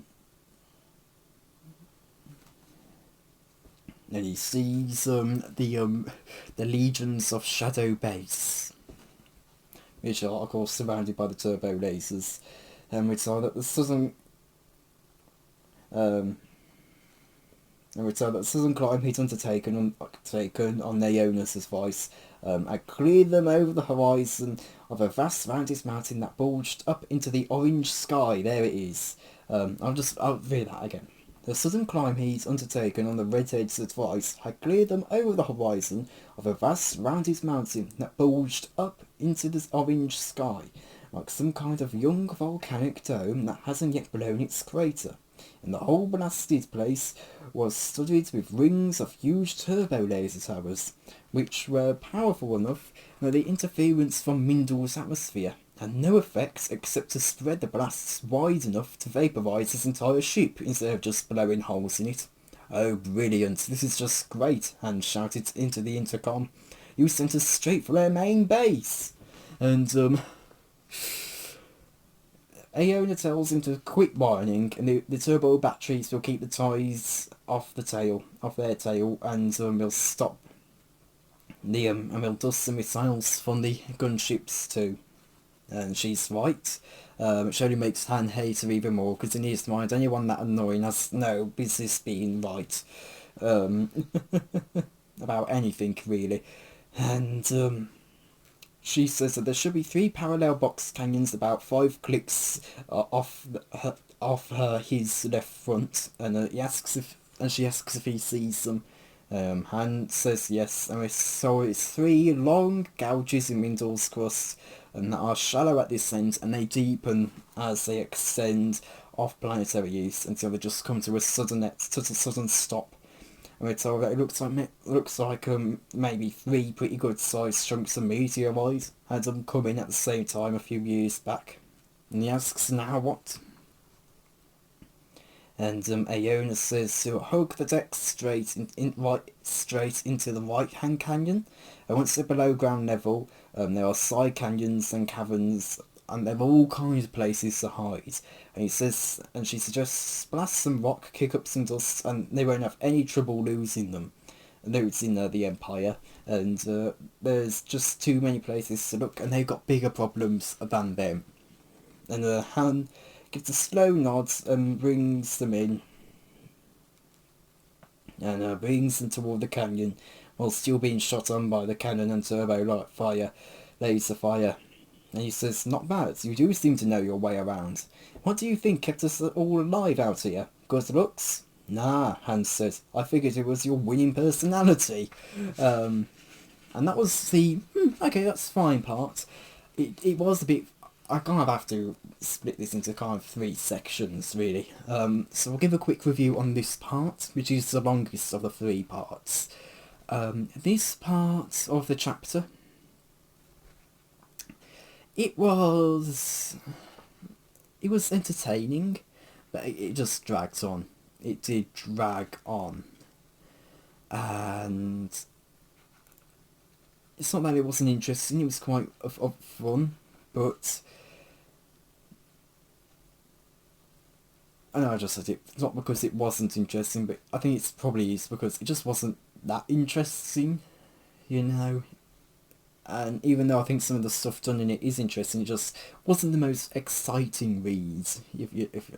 And it wasn't. It's all right, but it was also a bit frustrating with, you know. That's the thing. It's a bit of a personal problem. It's a personal problem I have with books. So I'm I'm frequently unfamiliar with some of the wording used. So I have to constantly Google it.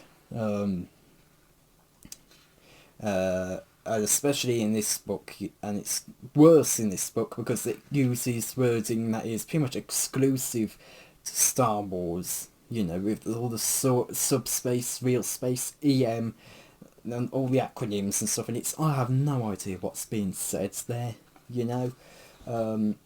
So again, this was also a bit frustrating to read because I was this part of the book because I was because for me at least, I had a lot of noise going on, well, distracting noise when reading it, and I prefer to read in almost complete silence. I'm fine with a little bit of very quiet noise in the background, but as soon as if that gets too loud, I can't focus. I can't focus at all, and it gets frustrating to read. It doesn't help that this book is, for the most part, fairly long. The chapters are fairly long. I'm fairly sure that the last chapter goes on for about 30 or so pages. I'm really not looking forward to that one. So, yeah. But I enjoy this, and of course Hans' banter with Aona is quite funny. You know how Aona's really annoying him, but she's so right, and it's interesting to see how even though she can't see anything, she's still able to guide him. You know, she can't see anything that's going on from the cargo hold, but she knows exactly what's going on. And so that's quite interesting to see. So yeah. So let's go on to the summary for the next part of this chapter. Which the rest of these are just five. The next two are just 5 pages each.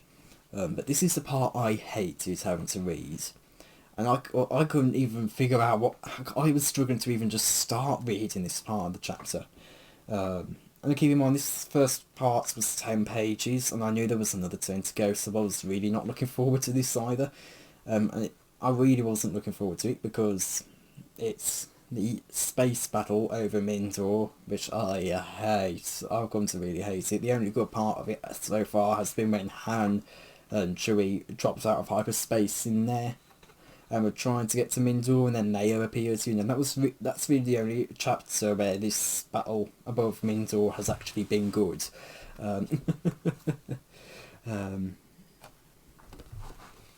So then, we're told that about 100 some planetary diameter from Mindor, the slashy ships are moving, and we're told that asteroid clusters have been drifting toward them and accelerating as they came, following the line of gravitic interaction between the slashy's gravity well projectors and the thousands of gravity stations scattered through the asteroids. This effect had been clearly visible on the heads-up display of the Lancer's starfighter pickets, which was what had sparked the idea in Captain T-Rose, who, as a senior commander still active in the theatre, was now unexpectedly in command of the entire RRTF, which is of course Rapid Response Task Force. And we're told that he had explained to Wedge and Taicho in encrypted transmissions the combined effects of the inbound asteroid clusters and the gravity wells would produce semi-coherent planetoids, which I googled. It's just asteroids, so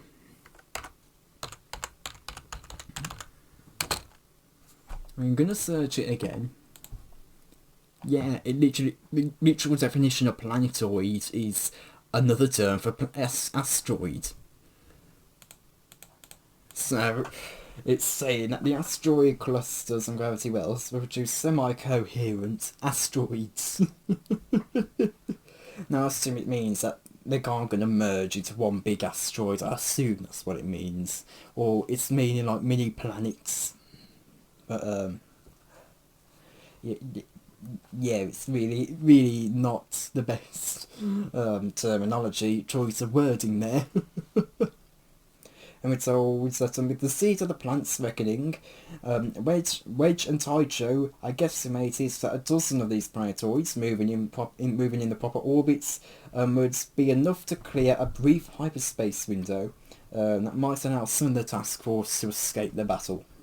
And we're told that the Lancer's navigational computer has narrowed it down to about 18 to close to 18 hours, and the window was open only briefly and unpredictably several times until it would stabilise at last. And if all went well, it would be in about 20 hours. But of course, that's not really a reasonable amount of time, because what was it, 12 hours until the flares go off? Probably being reduced.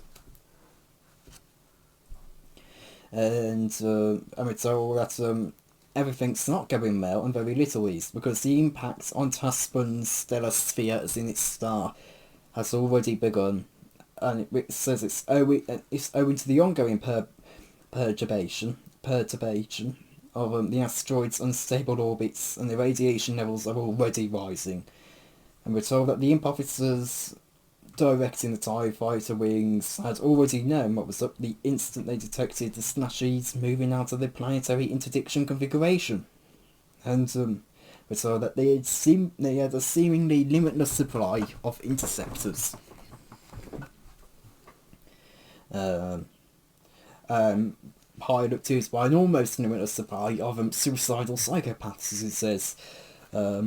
Which are told that the Slashies are just trying to do their best to perform this delicate and intricate set of manoeuvres while trying to plough through these clouds of interceptors. And then we're given...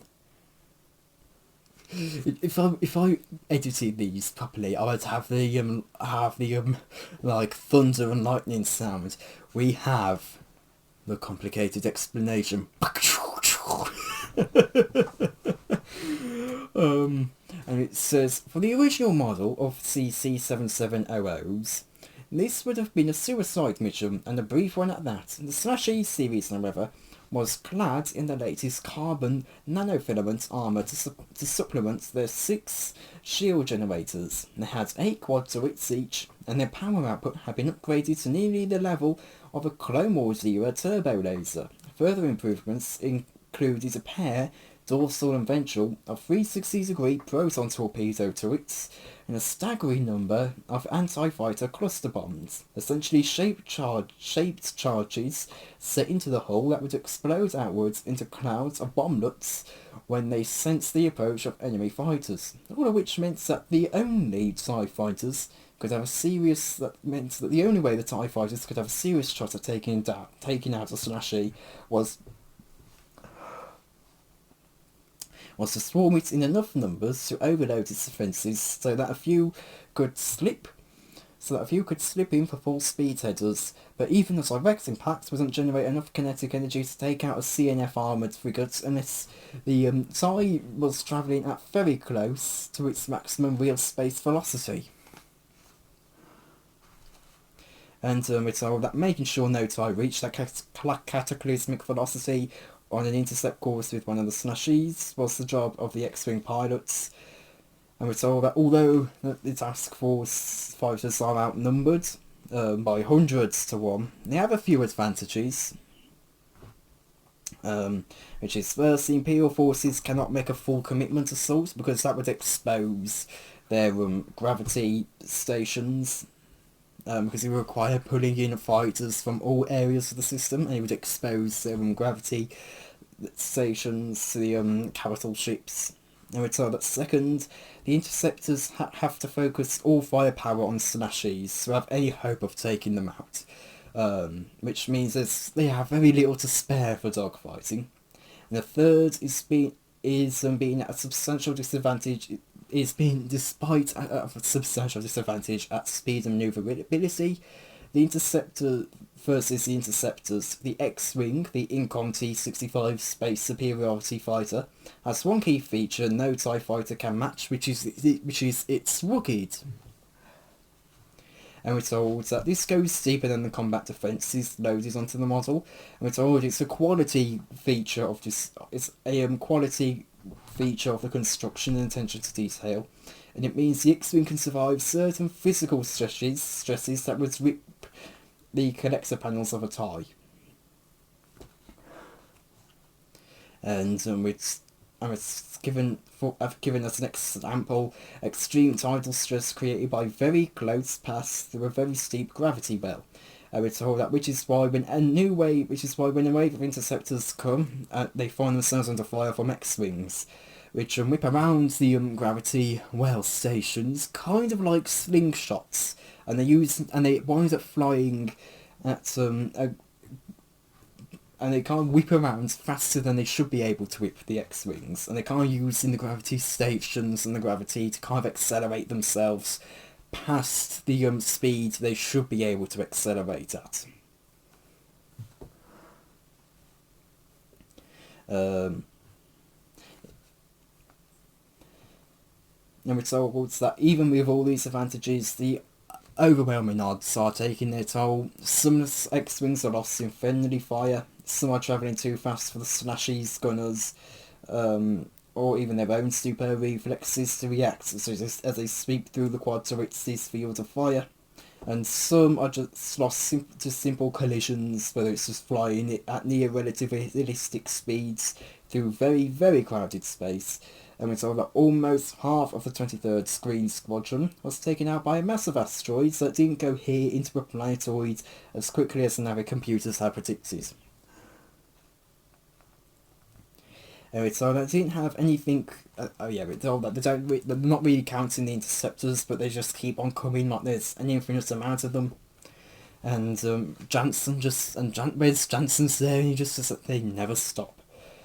And it says like they want to die, and Hobby says that they're already dead. They have no shields or hyperdrive, and they can't hide, and they can't run. So all they got is all they can do is try to take them with them. And that stops Jansen cold, and he's lost for words. And then he rolls to his starboard side, and he says that he knows exactly what they need: a miracle. And Wedge seals to seal that chatter and to check their mid-range scanners, and Jansen does. He sees a brand new Moncount designed Republic battlecruiser has just dropped out of hyperspace and through that half-open mass shadow window, and it's currently disgorging what appears to be a full starfighter wing, and it completely takes Jansen by surprise. Lando, who is the current director of special operations, says, "Did somebody order a miracle?" And then we cut over back to Han. Okay, I'm actually going to cover this. This was the most frustrating part of the chapter to read. Just because, again, it's so complicated. It's needlessly complicated. That's probably I've probably quoted that part of the book the most so far. It is just so complicated to follow this chapter, and it's very if you cut out all the technical stuff, that probably would only fit about 2 or 3 pages, and this is about 4 pages on its own.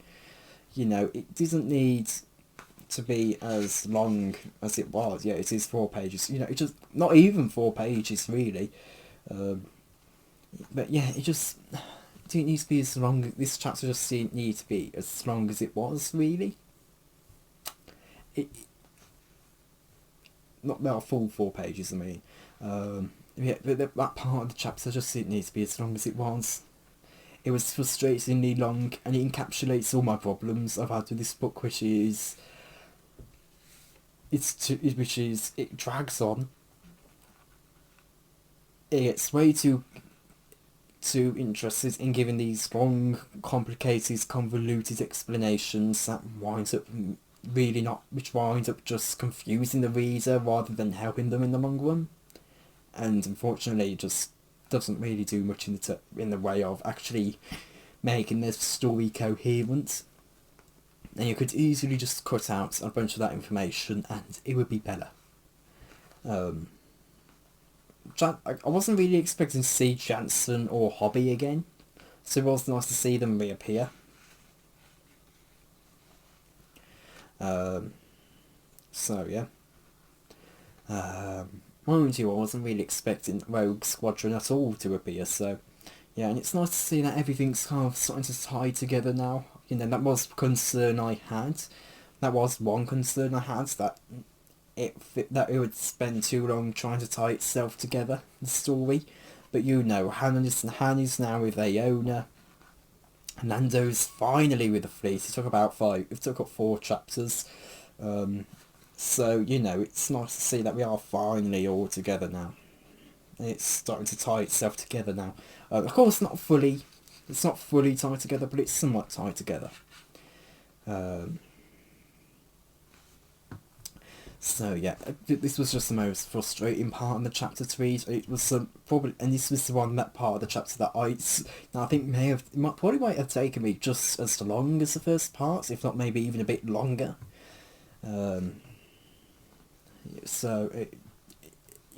Yeah, and you know, that's saying something when the first part is 10 pages and this is 4 pages. So yeah, and you know, it's pretty much got this, and also the first part, you know, that has way more words than this 4 pages, you know, so yeah. Anyway, we finally cut back over to Han, and we're told that he's been directed by the cavern he had been directed to by Aona is roomy and looks acceptably dry, and it's deep enough within the mountain that Han doesn't have to worry about being detected, but he's worrying anyway, because we're told that he doesn't like having a hold full of people who are armed, especially armed strangers. It says, first, he didn't like having a hold full of armed strangers, and no matter how much they may hate the Empire. And we're told that secondly, the mountain looks way too much like a dormant volcano, which, you know, those two are valid.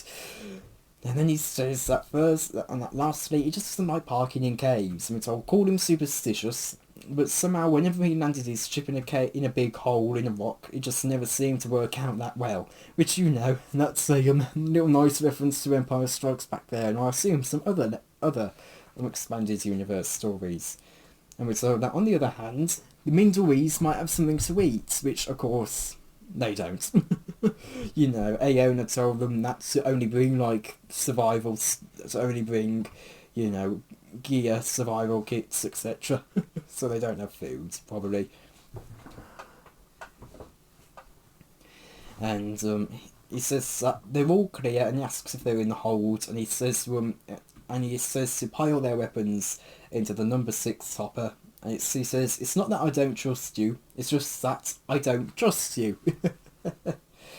And Aona asks about the Jedi, and Han says that that's what they wanted to ask her. And Aona says, like that is it? Well, I'll tell you what, we'll down our weapons and have our Jedi chat if you can help us out with bandages and Bacta. I've got a lot of wounded in here. And Han says it's fair enough, and he'll be there in a nanosec. And Leia and Chewie make their way to the cargo hold, and Chewie and Leia are already attending to those who are injured. And most of the injuries are just minor burns. And Han comes over to Leia's side and says, Hey, take it easy with the back to her. Han, he's hurt. Sure, I know, but he's not dying, is he? Do you know how much that stuff costs? A woman's voice came from behind his left shoulder. You can bill me. Han rounded on her, then stops making a face. Oh, it's you. Yeah, it's me. And it's Aona again. And she offers a lopsided smile. And we're told that it's the good, in Han's mind, it's the good looking Medid. and with a lopsided smile, if anything it makes her look like an even better looking redhead. And she introduces herself, because they actually haven't introduced him yet, and she asks if he's the pilot of this ship, and Han says that he's the captain, and he shakes her hand, and we're told that he just doesn't have it in him to bicker right now, and it's all besides Leia will probably think he's flirting. And he introduces himself, and Aona goes, "No way, the Han Solo?" And Han starts to flush, and he says he's the only Han Solo he knows. And Aona's impressed. And she says, "I mean, the Han Solo who supposedly outdrew Galen Joe in a fair fight? Well, you know, his face was getting full on hot all of a sudden. It wasn't exactly a fair fight, and I didn't exactly outdraw him. You shouldn't believe everything you see on the HoloNet." "I don't," she says. "I always figured you shot him in the back." "Hey now! That your weapon? Mass tech, huh? Kind of old-fashioned, isn't it?"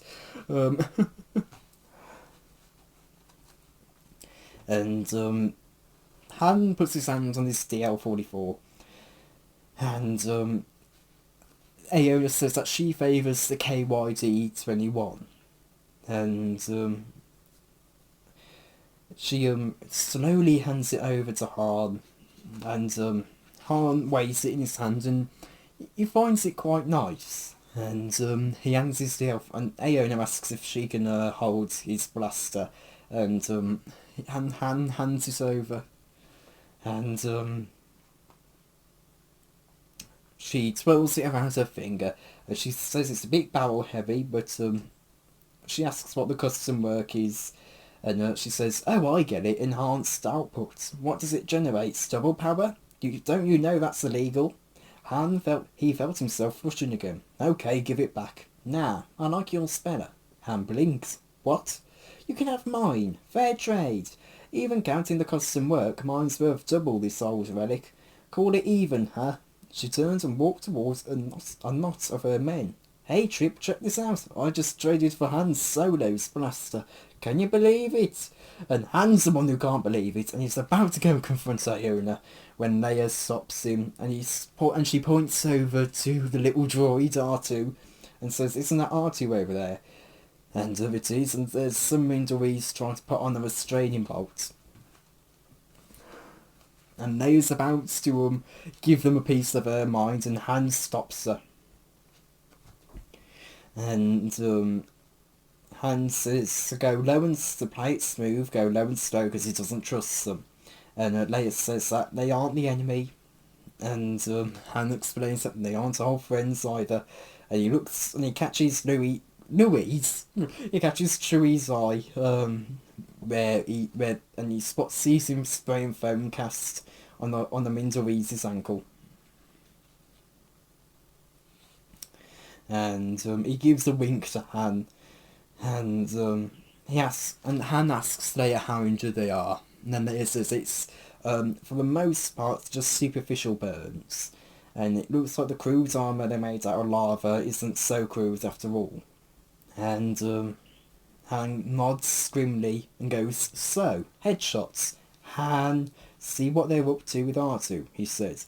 He looked out at his face at the KYD-21 in his hand, then jammed it into his holster." Leia nodded. "Maybe I can help you with your salvage," she said in a friendly tone. And she walks over to the men trying to put the restraining bolt on R2. And she puts her hands on the bolts and gives a smile to one of them.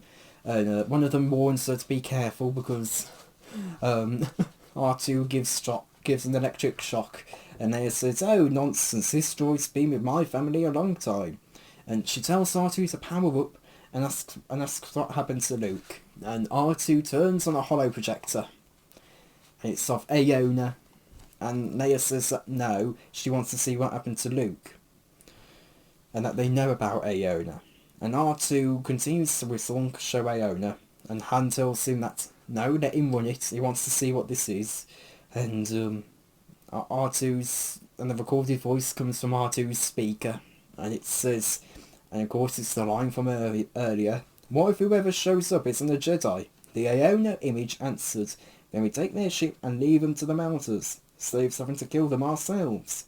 And Han snarls and immediately turns around on Iona and pulls out her blaster, already aiming for her head, her forehead, and drives the fire, and it makes a dry click. It doesn't fire. And Iona says, "Say, you are fast. Sorry about the blaster. Somebody must have pulled the power cell. So I guess it wasn't exactly a fair trade after all, huh?" She drew his beloved blast tech and levelled it at Han's face.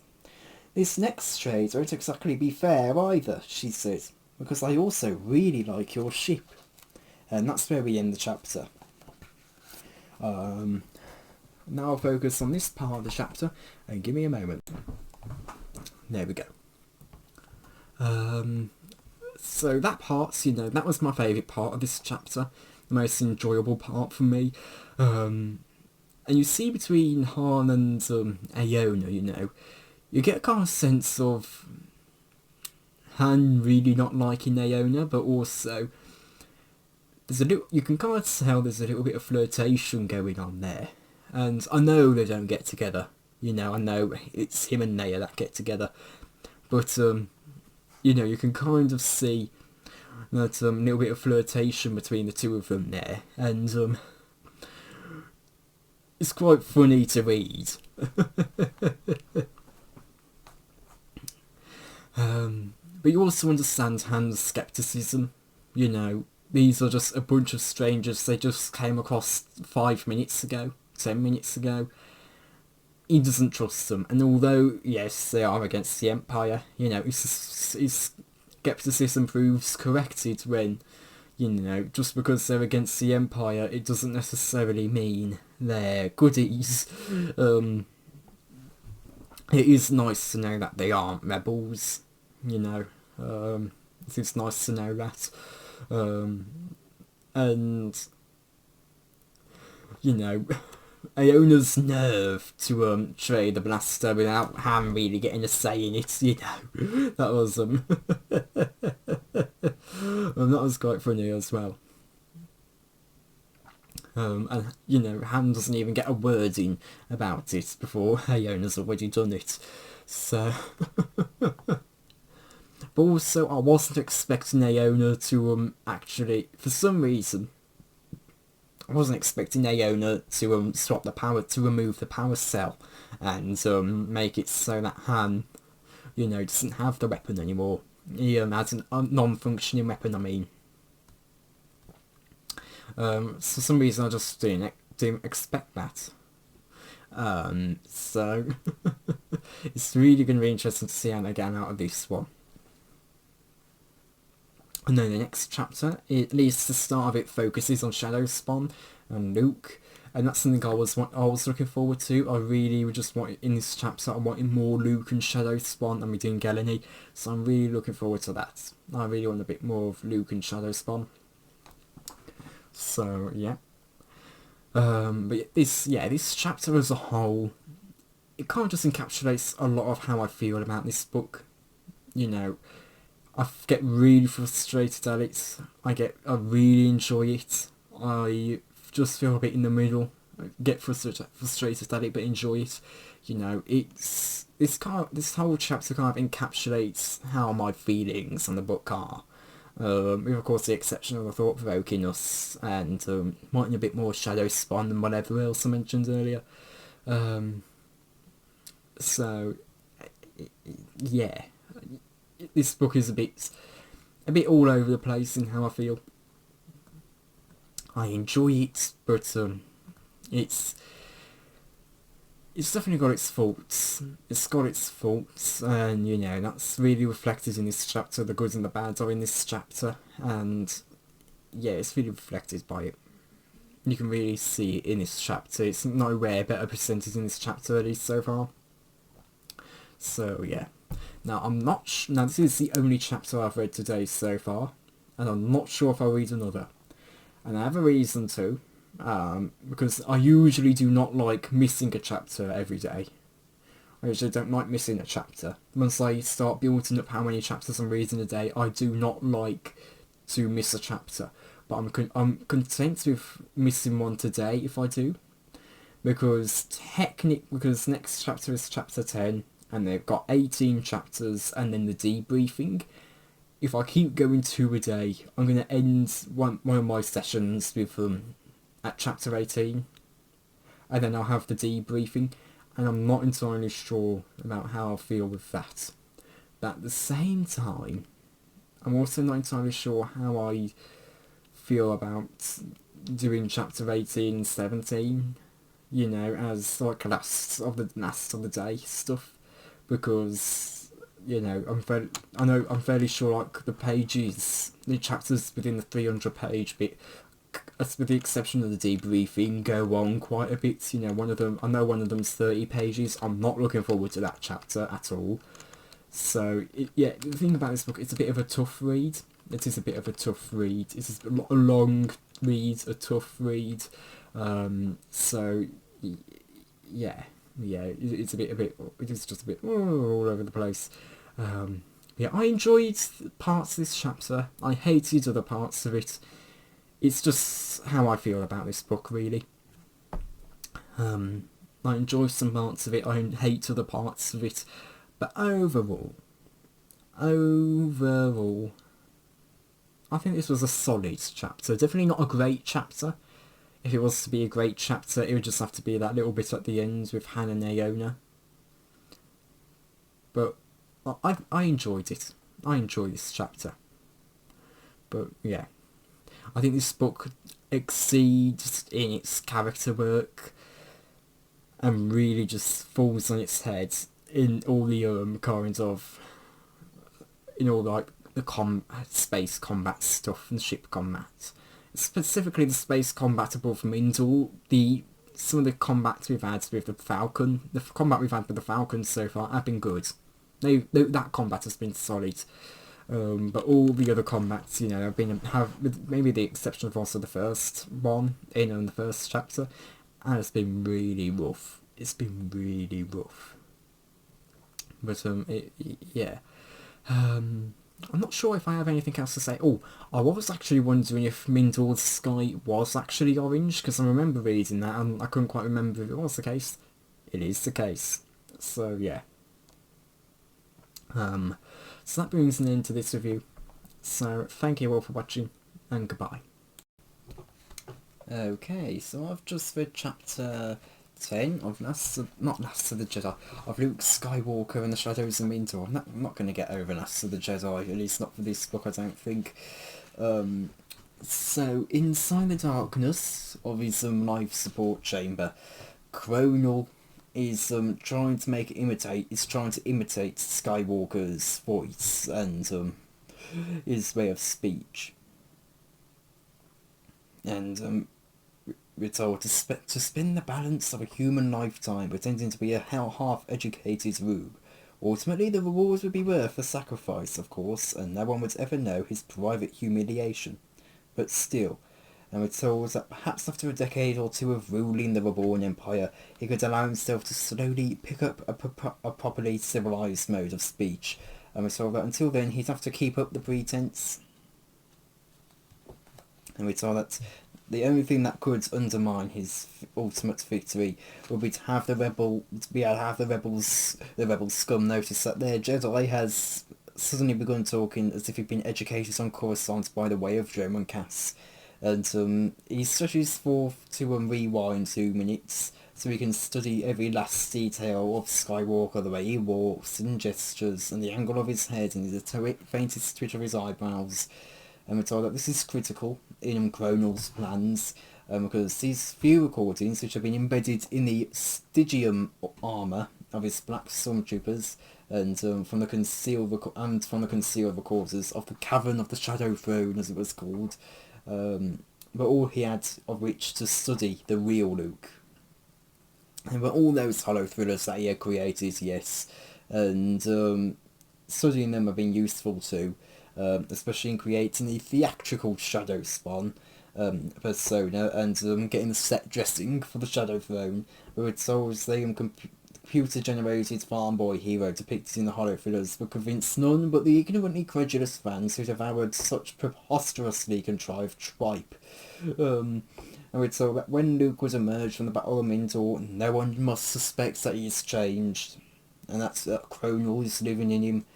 And we're told that this old man, who once had been known to a select few as Lord Cronal, Director of Imperial Intelligence, and to many unfortunate enemies of the Empire as Black Hole, the Emperor's Hand, and who would after today be known to the entire galaxy as Luke, the first Skywalker Emperor. And then we get a very lengthy description of his backstory. And we're told that his rise to power had started with a vision of the Dark, which the Dark is pretty much what, as we'll come to know, is what Cronal refers to as the Force, and what the group he was with, refers to as the Force. And we're told that it's more than a vision, and it's more than a simple prophecy or precognition. Night Sisters of Dathomir might call it Heart Shadow. Other users may have a different name for it, but Cronal simply calls it Dark Sight. We're told that deep in the area, ignorantly described by the Old Republic and later the Empire as the Unknown Regions, there was a vast cloud of dust and rock and interstellar gas that pulsed with a bloody and forbidding scarlet glow as it radiated away the energy of 12 stellar clusters within. This was the Paran Nebula. The 12 clusters that it surrounded were known collectively as the Nihil Retreat. The absolute rulers of the Nihil Retreat, dreaded masters of dark magics beyond the grasp of even the Sith, were the sorcerers of Rand. And we're told that they were the only family Cronal would ever know, because the Randites had pulled him from his mother's arms and have forged him as a weapon was forged, awakening his insight, refining his will, and opening his mind to what was referred to as the One Truth. And this is kind of like the code of the Way of the Dark. And the One Truth is only power is real, and the only power is real, and the only real power is the power to destroy. Existence is fleeting, destruction is eternal. And we're told how every child's born waiting for death, civilizations fall, with even their ashes being devoured by time, and stars themselves burn out. But we're told that destruction, on the other hand, is the will of the universe and is permanent. And it says that some may call it entropy and try to quantify and constrain it with the laws of thermodynamics. Some express it with a simple poetic declarative: things fall apart. Some even try to dismiss it with a joke. Anything that can go wrong will. But it was not a joke or poetry. It was not science, nor was it subject to any law. It was the way of the dark. And we're told that destruction is easy and permanent. And we're told that when a being is killed, everything they would have had is torn away, is murdered. And that murder puts a permanent damage in the structure of the universe, and it empties the universe of a whole life and leaves behind only a void. And we're told that void is the foundation of the truth. And we're told that's why the Jedi and Sith would be forever lost in their pointless battle, because their philosophy of light and dark, service versus mastery, is just as meaningless as it says as a whistle in the wind of the desert rocks. And we're told that service and mastery are equally futile, even illusory, or however you meant to pronounce that, in the face of the One Truth. In the face of destruction, really, as its meaning. And we're told that the endless nattering of Jedi versus Sith nattering of the dark side of the Force blinds them one and all to the bare reality that there is nothing but the dark. And we're told that the dark is not a side of the Force. And I'll just figure this out. The dark was not a side of the Force, and it was no mere portion of reality. It was reality. The sorcerers of Rand had never spoken of the Force, and Cronal was to this day unsure whether they would have had any understanding of how the Force was viewed and spoken of in the rest of the galaxy. To the Randites, it was only the dark. And the only pertinent feature of the dark was that it would respond to the will of a properly trained being, so long as that being's will was in line with the way of the dark. And we're told that it's the dark that sets world against world, pretty much creates opposition and destruction. And it's the hidden energy of the cosmos itself, which presses everything away, galaxy from galaxy, planet from planet, star system from star system, stars from stars. I just said that really, didn't I? And until everything, as it says, will fade within its own private black hole, moving too swiftly from its neighbours for their lights to overtake it. And we're told this is why Cronal had chosen the name Black Hole, because he had willed himself to become an event horizon of the dark. And we're told that, and of all the powers of the dark, and of all the powers the dark granted its adepts, the greatest was Dark Sight. It was Dark Sight that had led Cronal far from the Nihil retreat, beyond the Perron Nebula, and out of the unknown regions altogether, in search of the truth of his visions. It was Dark Sight that had led him to Dromund Kaas, where he had easily infiltrated and come to dominate that pack of pathetic, self-deluded fools who'd style themselves prophets of the dark side. And he thinks about how it was a waste of their fleeting existence to, as it says, imagine to waste one's brief foray in life, the fleeting bright instant between the infinite dark before and the eternal dark beyond, in mere study, in trying to learn to use the dark side of the Force to merely predict the future. And we're told that with Dark Sight, Cronal can create the future.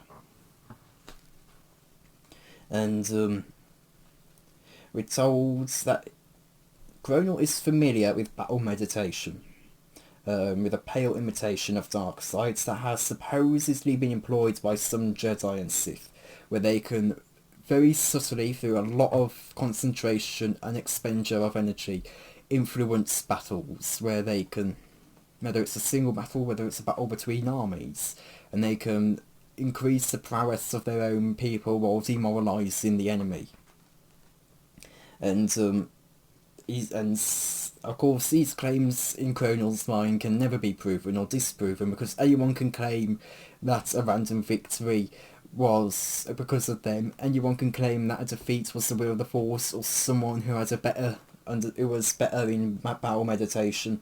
And to Cronal, he just thinks battle meditation, idiots. Because we're told anyone trained by the Randites could have told them any and all battles, all wars, the very concept of battle itself served but a single end. Their only function was destruction. Only by setting one's will upon pure destruction could victory be achieved. When your will was fixed steadily upon the way of the dark itself became your partner in all you did. And we're told that Cronal's living proof of this truth. That kind of rhymes. And we're told that it's Cronal's dark sight that attracted the attention of Palpatine and brought Vader to Dromund Kaas, which I guess that kind of... the thing about Imperial Warlords, the spoilers of an Empire, it's a bit... this is definitely a bit more interesting than that's in Cronal's history. I was familiar with Cronal's history from that, but this is, I think, a better way of describing his history.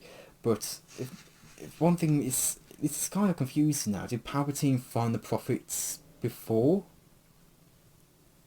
the Clone Wars? Isn't these spoilers, or after, which is implied here because apparently it also brings Vader to Dromund Kaas. But we're told that even Kadan, or Kaden, whoever it is, however you pronounce it, who was, as it says, he was the fool who pretended to be the supreme prophet of the dark side, never suspected how entirely his order didn't serve some fantasy of Sith power, which is trying to predict the future, but the dark itself. Because Cronal had made it so. It served the dark because Cronal is the prophets serve the dark because Cronal made it so. So that Palpatine plucks Cronal from the prophets and set him apart from even the other of the elites, even apart from the other elite of the Emperor's hands. Just for Palpatine had been swift to recognise that his gift transcended more a mere prophecy. And we're told that any fool with a trace of ability can try and get echoes of the future. But as Palpatine himself is rather good at it, but because Cronal's ability transcends mere prophecy, similarly to how a hyperdrive transcends the wings of a shadow moth. And we're told that Palpatine had been impressed by Cronal's accuracy in his visions. With the accuracy of Cronal's predictions, but we're told that not even Palpatine has suspected that Cronal's predictions wasn't because of Darksight, but not because he could predict the future, it was because he created it through Darksight. Because he had chosen that future, as it says. But because he had chosen that future, that exact future, he had decided, and his choice had moulded all of history to his will. That was the power of Darksight, to search among all the possible futures for the one that best suited your own desire and the way of the dark, and then to map each step that must be taken to bring you to that future, and bring that future to you. But to make it happen, you had to bind your desire to the dark, and dream only of destruction. And we're told that Palpatine had been a fool because he thought he could make the dark serve him, instead of the opposite. And we're told that in the days of the Old Republic, he was destined to succeed. He wished to destroy the Republic, demise the Empire, and destroy the Jedi. He was destined to win. But as soon as he formed the Empire and turned his sights on rulership, he turned his back on the dark. And when you turn your back on the dark turns its back on you. And that's why he kind of doomed his empire from the start in Cronal's eyes. He focused on building rather than destruction at that point. And that it said he served the dark unknowingly, all the while believing that the dark was only a means to an end, a tool to help him destroy his enemies and clear his path to absolute power. What he'd never understood was that destruction was his power. And we're told, again, I just told about how when he focused on rulership and building, that the dark left him. And yeah. And everything that could have gone wrong for Palpatine then did go wrong. And we're told that, well, before he couldn't fail, now he had no chance of succeeding, as it says, because when you turn your back on the dark turns its back on you. And we're told that it was only days after the Battle of Yavin that Cronal had cast his mind deep into the void to seek the future of Luke Skywalker. Found him as an older man, an older, more seasoned man who's dressed in dark robes, kneeling before Palpatine, bearing a lightsaber, swearing his allegiance to the dark side and saying that his fate is the same as his father's. And that's when Cronal learns Vader's true identity. He sees a terrible flaw that would bring the order of the Sith to its ultimate destruction, which to Cronal, that destruction was not, as it says, a destruction that Cronal was not only determined to survive, but was certain he could transform into an eternal victory for the dark, and not incidentally, eternal life for himself. We're told that it's near eternal anyway, and we're told what his plan is, which is, as long as a single living thing struggled and suffered and fed the dark with killing and dying, Cronal will be here. And his ultimate sacrifice to the dark will be the survival of his consciousness in the heat death of the universe, when he will finally perish, and be joined with that final oblivion. And we're told that he will be the last. And we're told that slowly and subtly through the months and years from Yavin to Endor, Cronal had served that vision, his vision. A delicate balance had to be meticulously maintained to navigate the intricacies of the relationship between Palpatine and Vader, to try and, as it says, to try and inculcate a rivalry with the half-mechanical terror that Palpatine had elevated to the rank of Sith Lord. So that for all his undoubted physical power, Cronal never really saw Palpatine. Vader had never been more than a blunt instrument for Palpatine, with no real understanding of the truth of the dark. And we're told nor the uses of real power, and we're told that he had been, all in all, only a thug with a lightsaber. And it describes him as a couple of other things as well.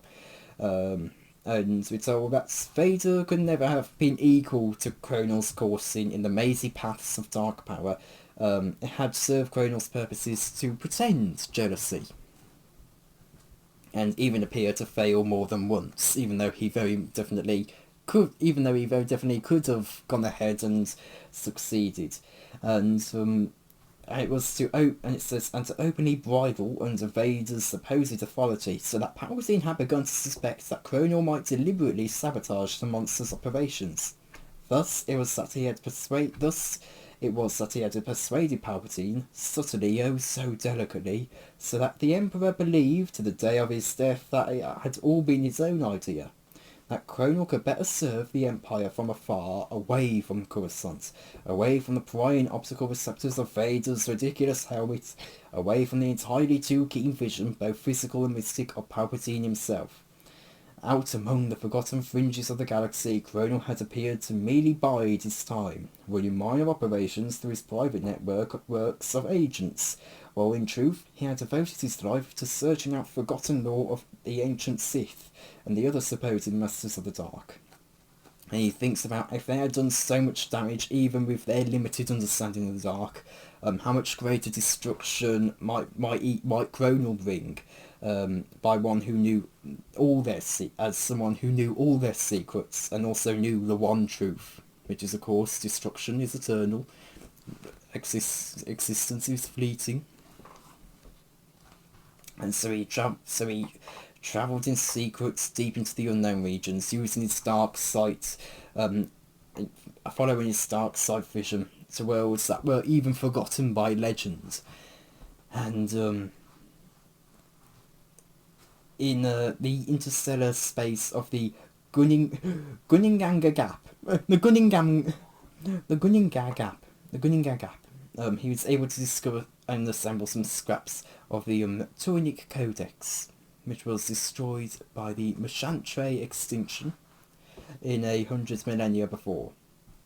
Its arcane hints, it was the arcane hints in there that led into the Valta Ulu rift, and the shattered asteroid belt of it that had once been the planet-sized temple of Corman Neo, the Lord Ravager of the long-vanished race of demon-worshipping reptoids known as the Kanzer Exiles. I'll just say that again, sorry. Which had been destroyed in the Machantre extinction 100 millennia before. Arcane hints in that forbidden tome led into the Valta Ulu rift, and the shattered asteroid belt that had once been the planet-sized temple of Corman Neo, the Lord Ravager of the long-vanquished race of the demon-worshipping reptoids known as the Kanzer Exiles. And we're told that the lore in the temple fragments gave him the knowledge he needed to capture the corrupt spirit essence of Dathka Grash, or Dathka Grosh, maybe, and to rip it free from its resting place in the Korriban's Valley of Golg. That's a good name, Golg. To eventually try to extract for Cronal to try and extract the most secret lore of Sith alchemy from Grash. And that the ancient tyrant, as it says, carried to his grave. And we're told that that ancient Sith alchemy had given we're told that ancient Sith alchemy had given Cronal the knowledge to forge a device to control the living crystal that formed the structure of Mindor's Melt Massif. We're told that because Palpatine once confided in him that the transference of spirit to another was a pathway to the ultimate goal of a Sith, which is to cheat death. And Cronal knew he was talking about clones, but he has more ambitious plans. We're told that if such a feat were possible, he determined that he would perform it, and not only to a mere clone body either. But Cronal's plans were more ambitious. If such a feat were of course he had been thinking of clones, but Cronal's plans were more ambitious. If such a feat was possible, he determined that he would perform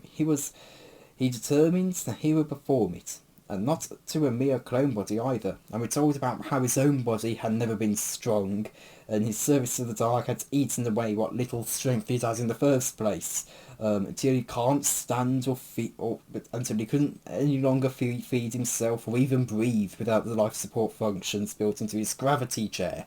Even though it's like a, well, even though that's a bit odd. But from what I remember, you know, in Emperor's Pawns, it was something else completely. But we're told that why should he settle for exchanging his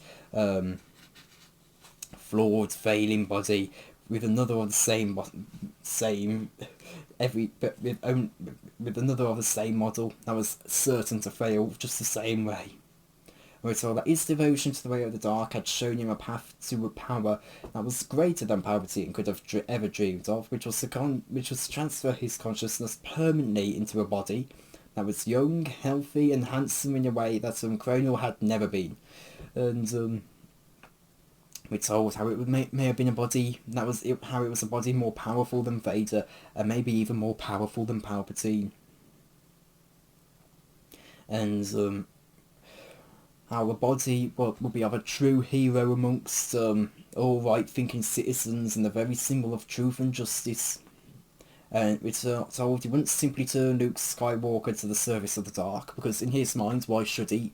Luke's services to the dark are in such a way that puts even the Death Star to shame, as it says. Or, well, it humbles even the Death Star, but now I'm going to go with to shame. And we're told that no, Cronal will become Luke Skywalker and serve the dark himself. And that's where we end the backstory. And this is a part of the chapter that I struggle to follow a bit. For some reason. And Cronal leans back, and we're told that he has enough material to persuasively make the case to the public as to why the stormtroopers are serving Luke, once he had become, and why the stormtroopers would release and serve Luke, and we're told that this is why he made it so all his top commanders were clones, so they would unquestionably execute even all the most ridiculous orders. Because they just have because they're conditioned to obedience. We saw that then the galaxy-wide release of his little reality holodrama would make him, that is Luke, even more famous by and beloved, making him seem like he was the one who stood alone against the mad warlord Shadow Spawn, and ended his reign of terror single-handedly. And he feels himself, and Cronal feels himself getting a bit giddy. And he cackles softly as he thinks of as he indulges himself with a fleeting fantasy of letting Skywalker awake in the election centres, so Cronal can spend his last moments in this decaying body, gloating and boasting and explaining to Skywalker every last detail of his fiendish plan, as it says. And he thinks that would be in character, and it's what Shadow Spawn would do anyway, because to him, Shadow Spawn's just a character he's created. But we're told that sadly it was not to be, and however amusing it might have been, the risk is just too great. And we're told that Darkseid, however powerful, is flawed, it's not perfect. We're told that there is that slight issue about his puppet Shadow Spawn surviving the climax of Cronal's little holo thriller, because that punch... he had wanted Luke to slice him down with his lightsaber, not punch. And that was how Cronal had seen it, slicing him down with the lightsaber. It's the lesson to Cronal is clear: something can still go wrong, and he thinks there would be no more time he would waste in rehearsal, and he must finish this now. He closes his eyes and drives his mind into the dark. It says first he set his will upon the hairline web of melt massive he'd grown within his own body, an ultrafine network that replicated his nervous system like a shadow cast in mineral crystals. Then he reached forth his hands in the darkness of his life support shell and stroked the control that would lower the sunset crown from its compartments behind his headrest. Once the sunset crown was in place upon his head, he no longer had need of controls. He has no need of hands or mouth or eyes. The sunset crown was his greatest achievement, the device that had been the object of his long quest into the depths of Sith alchemy. It was a transmitter, a transformer that works via the force instead of electromagnetism.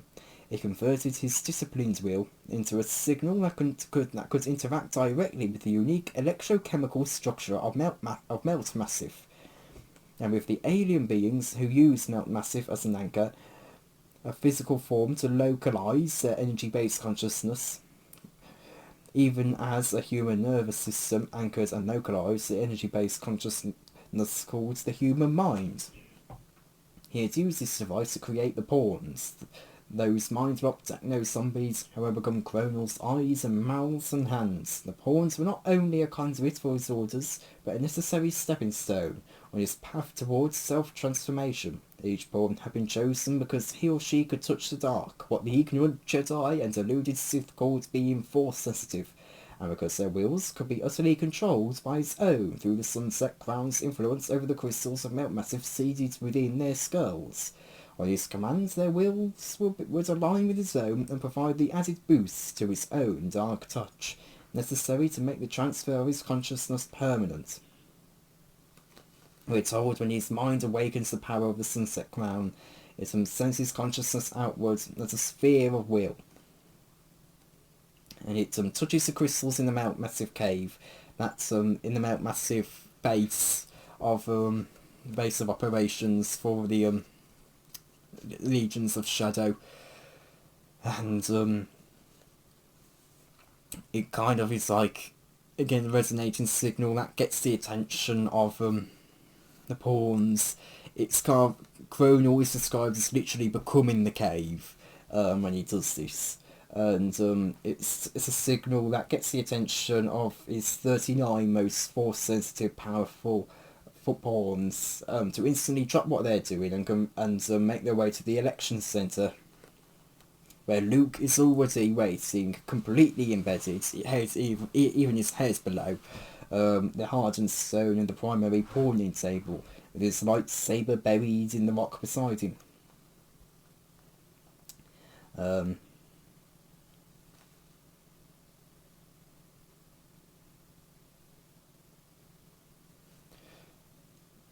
Then the 40th and most powerful pawn, Nick Rostu, comes across there. It's already there, sorry.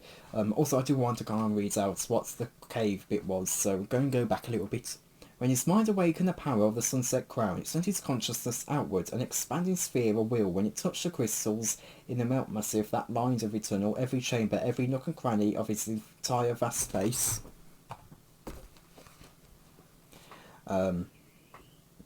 The crystals resonated with the frequency of his desire, like a standing board the size of a surrounding volcanic dome. He became the base, and the base became him. All within the base, registered in the part of his brain, had once only registered his kinesthetic sense of his body position.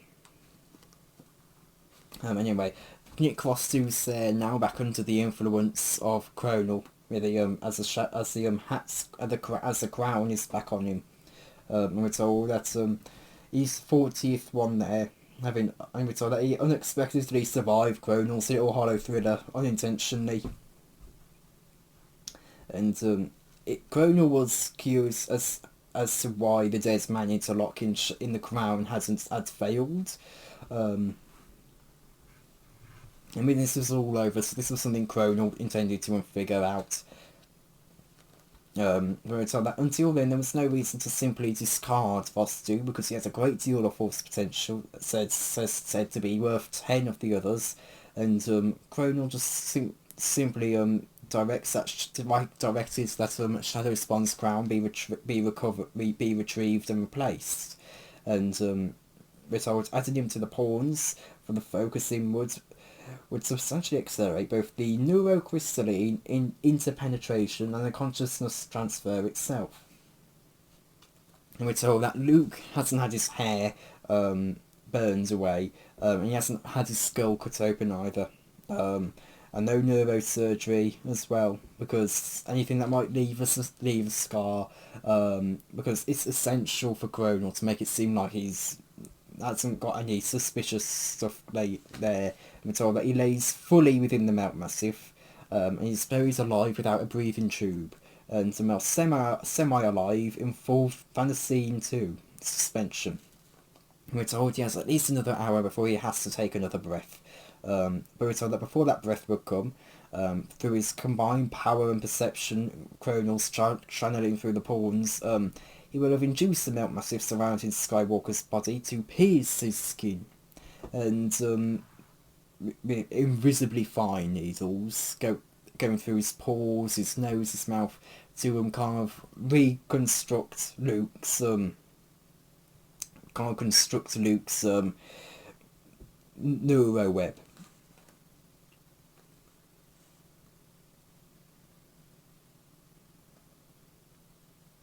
To kind of reconstruct all of Luke's nerves and everything, all his you know what I mean, and of course using this with the power of the King of the Sith, what was it, Dafka Karu or something like that, and he uses those crystals within Skywalker's body, and that, as he pretty much makes a webwork mirror of the young Jedi's nervous system, as it says. And then Cronal just simply closes his eyes, pour forth his consciousness like water into a waiting jug, with a twist of will for Fantasine 2 only affected the organic body and would have no effect on the crystalline web. He would liquefy the Mount Massif off the pawning table and otherwise quite literally a new man. We're told when he's open his eyes, those eyes will be blue, and then he'd melt free his Skywalker's lightsaber, and then goes no, Cronal's lightsaber, from the Mount Massif. And he thinks, what was a Jedi without the Jedi weapon? We're told that should anything go wrong, well, should anything at all go wrong, the last living Jedi, the last being in the galaxy that Cronal should have any reason to fear, is already buried alive, and all that Cronal might need to change would be that last word, alive. And that's where we end the chapter.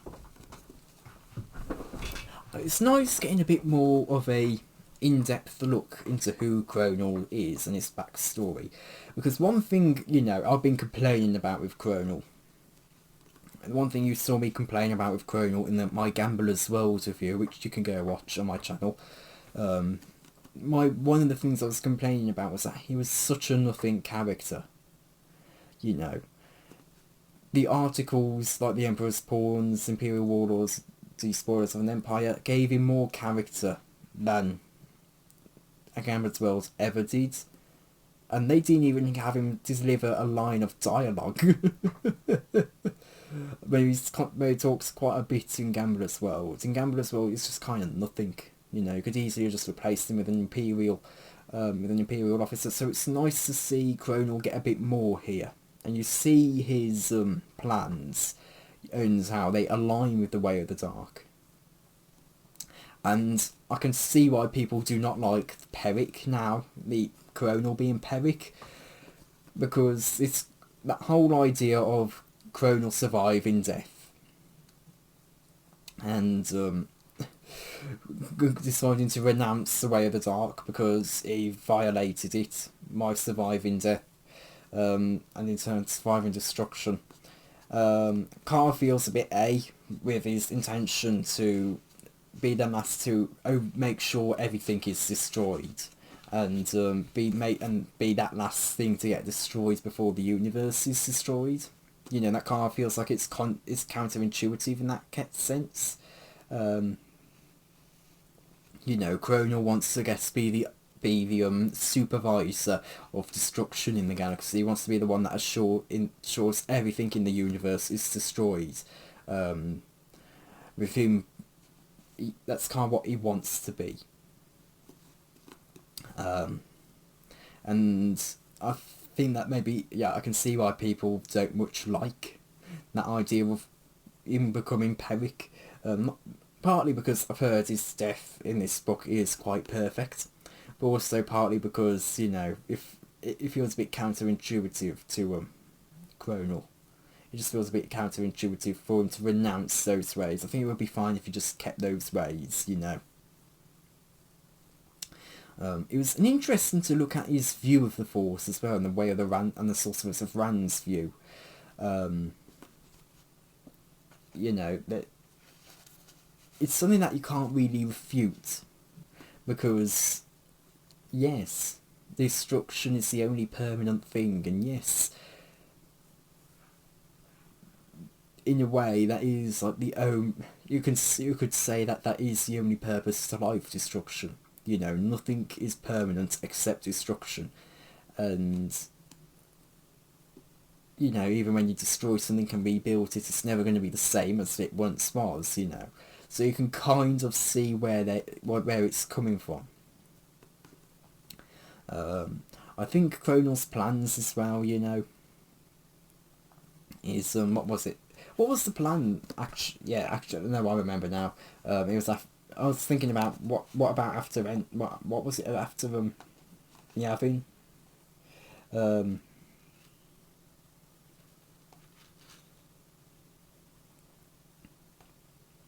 Yeah, that was when he devised his plan to make sure everything in the galaxy is destroyed and the universe is destroyed. Actually, I think it is I think it turns a very.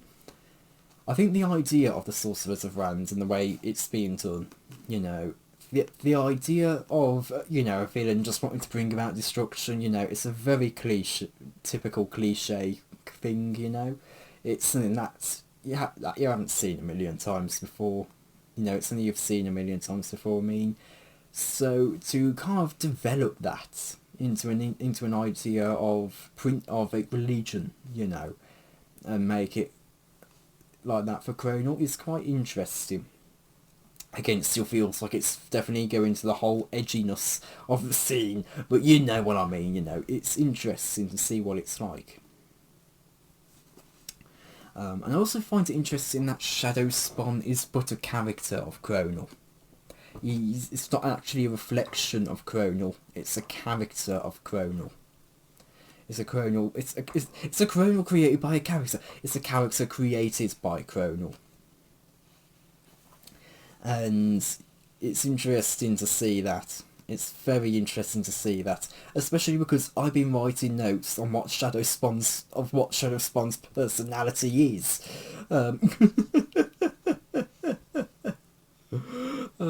So it is a bit. So yeah. I think that does bring. Oh, what else? Do I have anything else to say?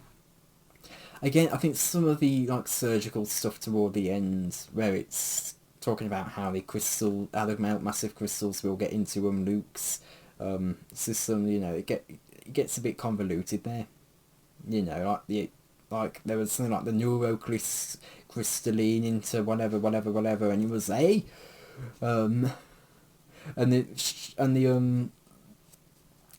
the sunset crown, you know, that could have been a bit better explained as well. I got what it meant, you know, but it still could have been better explained. I also find the opening a bit funny, you know, with Cronal trying to imitate Luke. So yeah. What else can we say? What else can we say? I don't know if I have anything else to say. It's a shame that Nick Rostu is again under the influence now, under the influence of Cronal. I know Core Vasta is going to be in this story. I have no idea how he of all characters slots into this. I don't know for certain. He may be a Mandalorian. If he is a Mandalorian, that would explain how he fits into this story, but I have no idea how he'll get onto Mindor. Because, you know, we've got the Mandalorians in this story, but I have no idea how he'd get to Mindor and then, for some reason, battle Luke. You know, I have no idea why that would happen or go like that. So that's something we'll have to wait and see for. But, yeah. I think that brings an end to this review. So, thank you all for watching, and goodbye.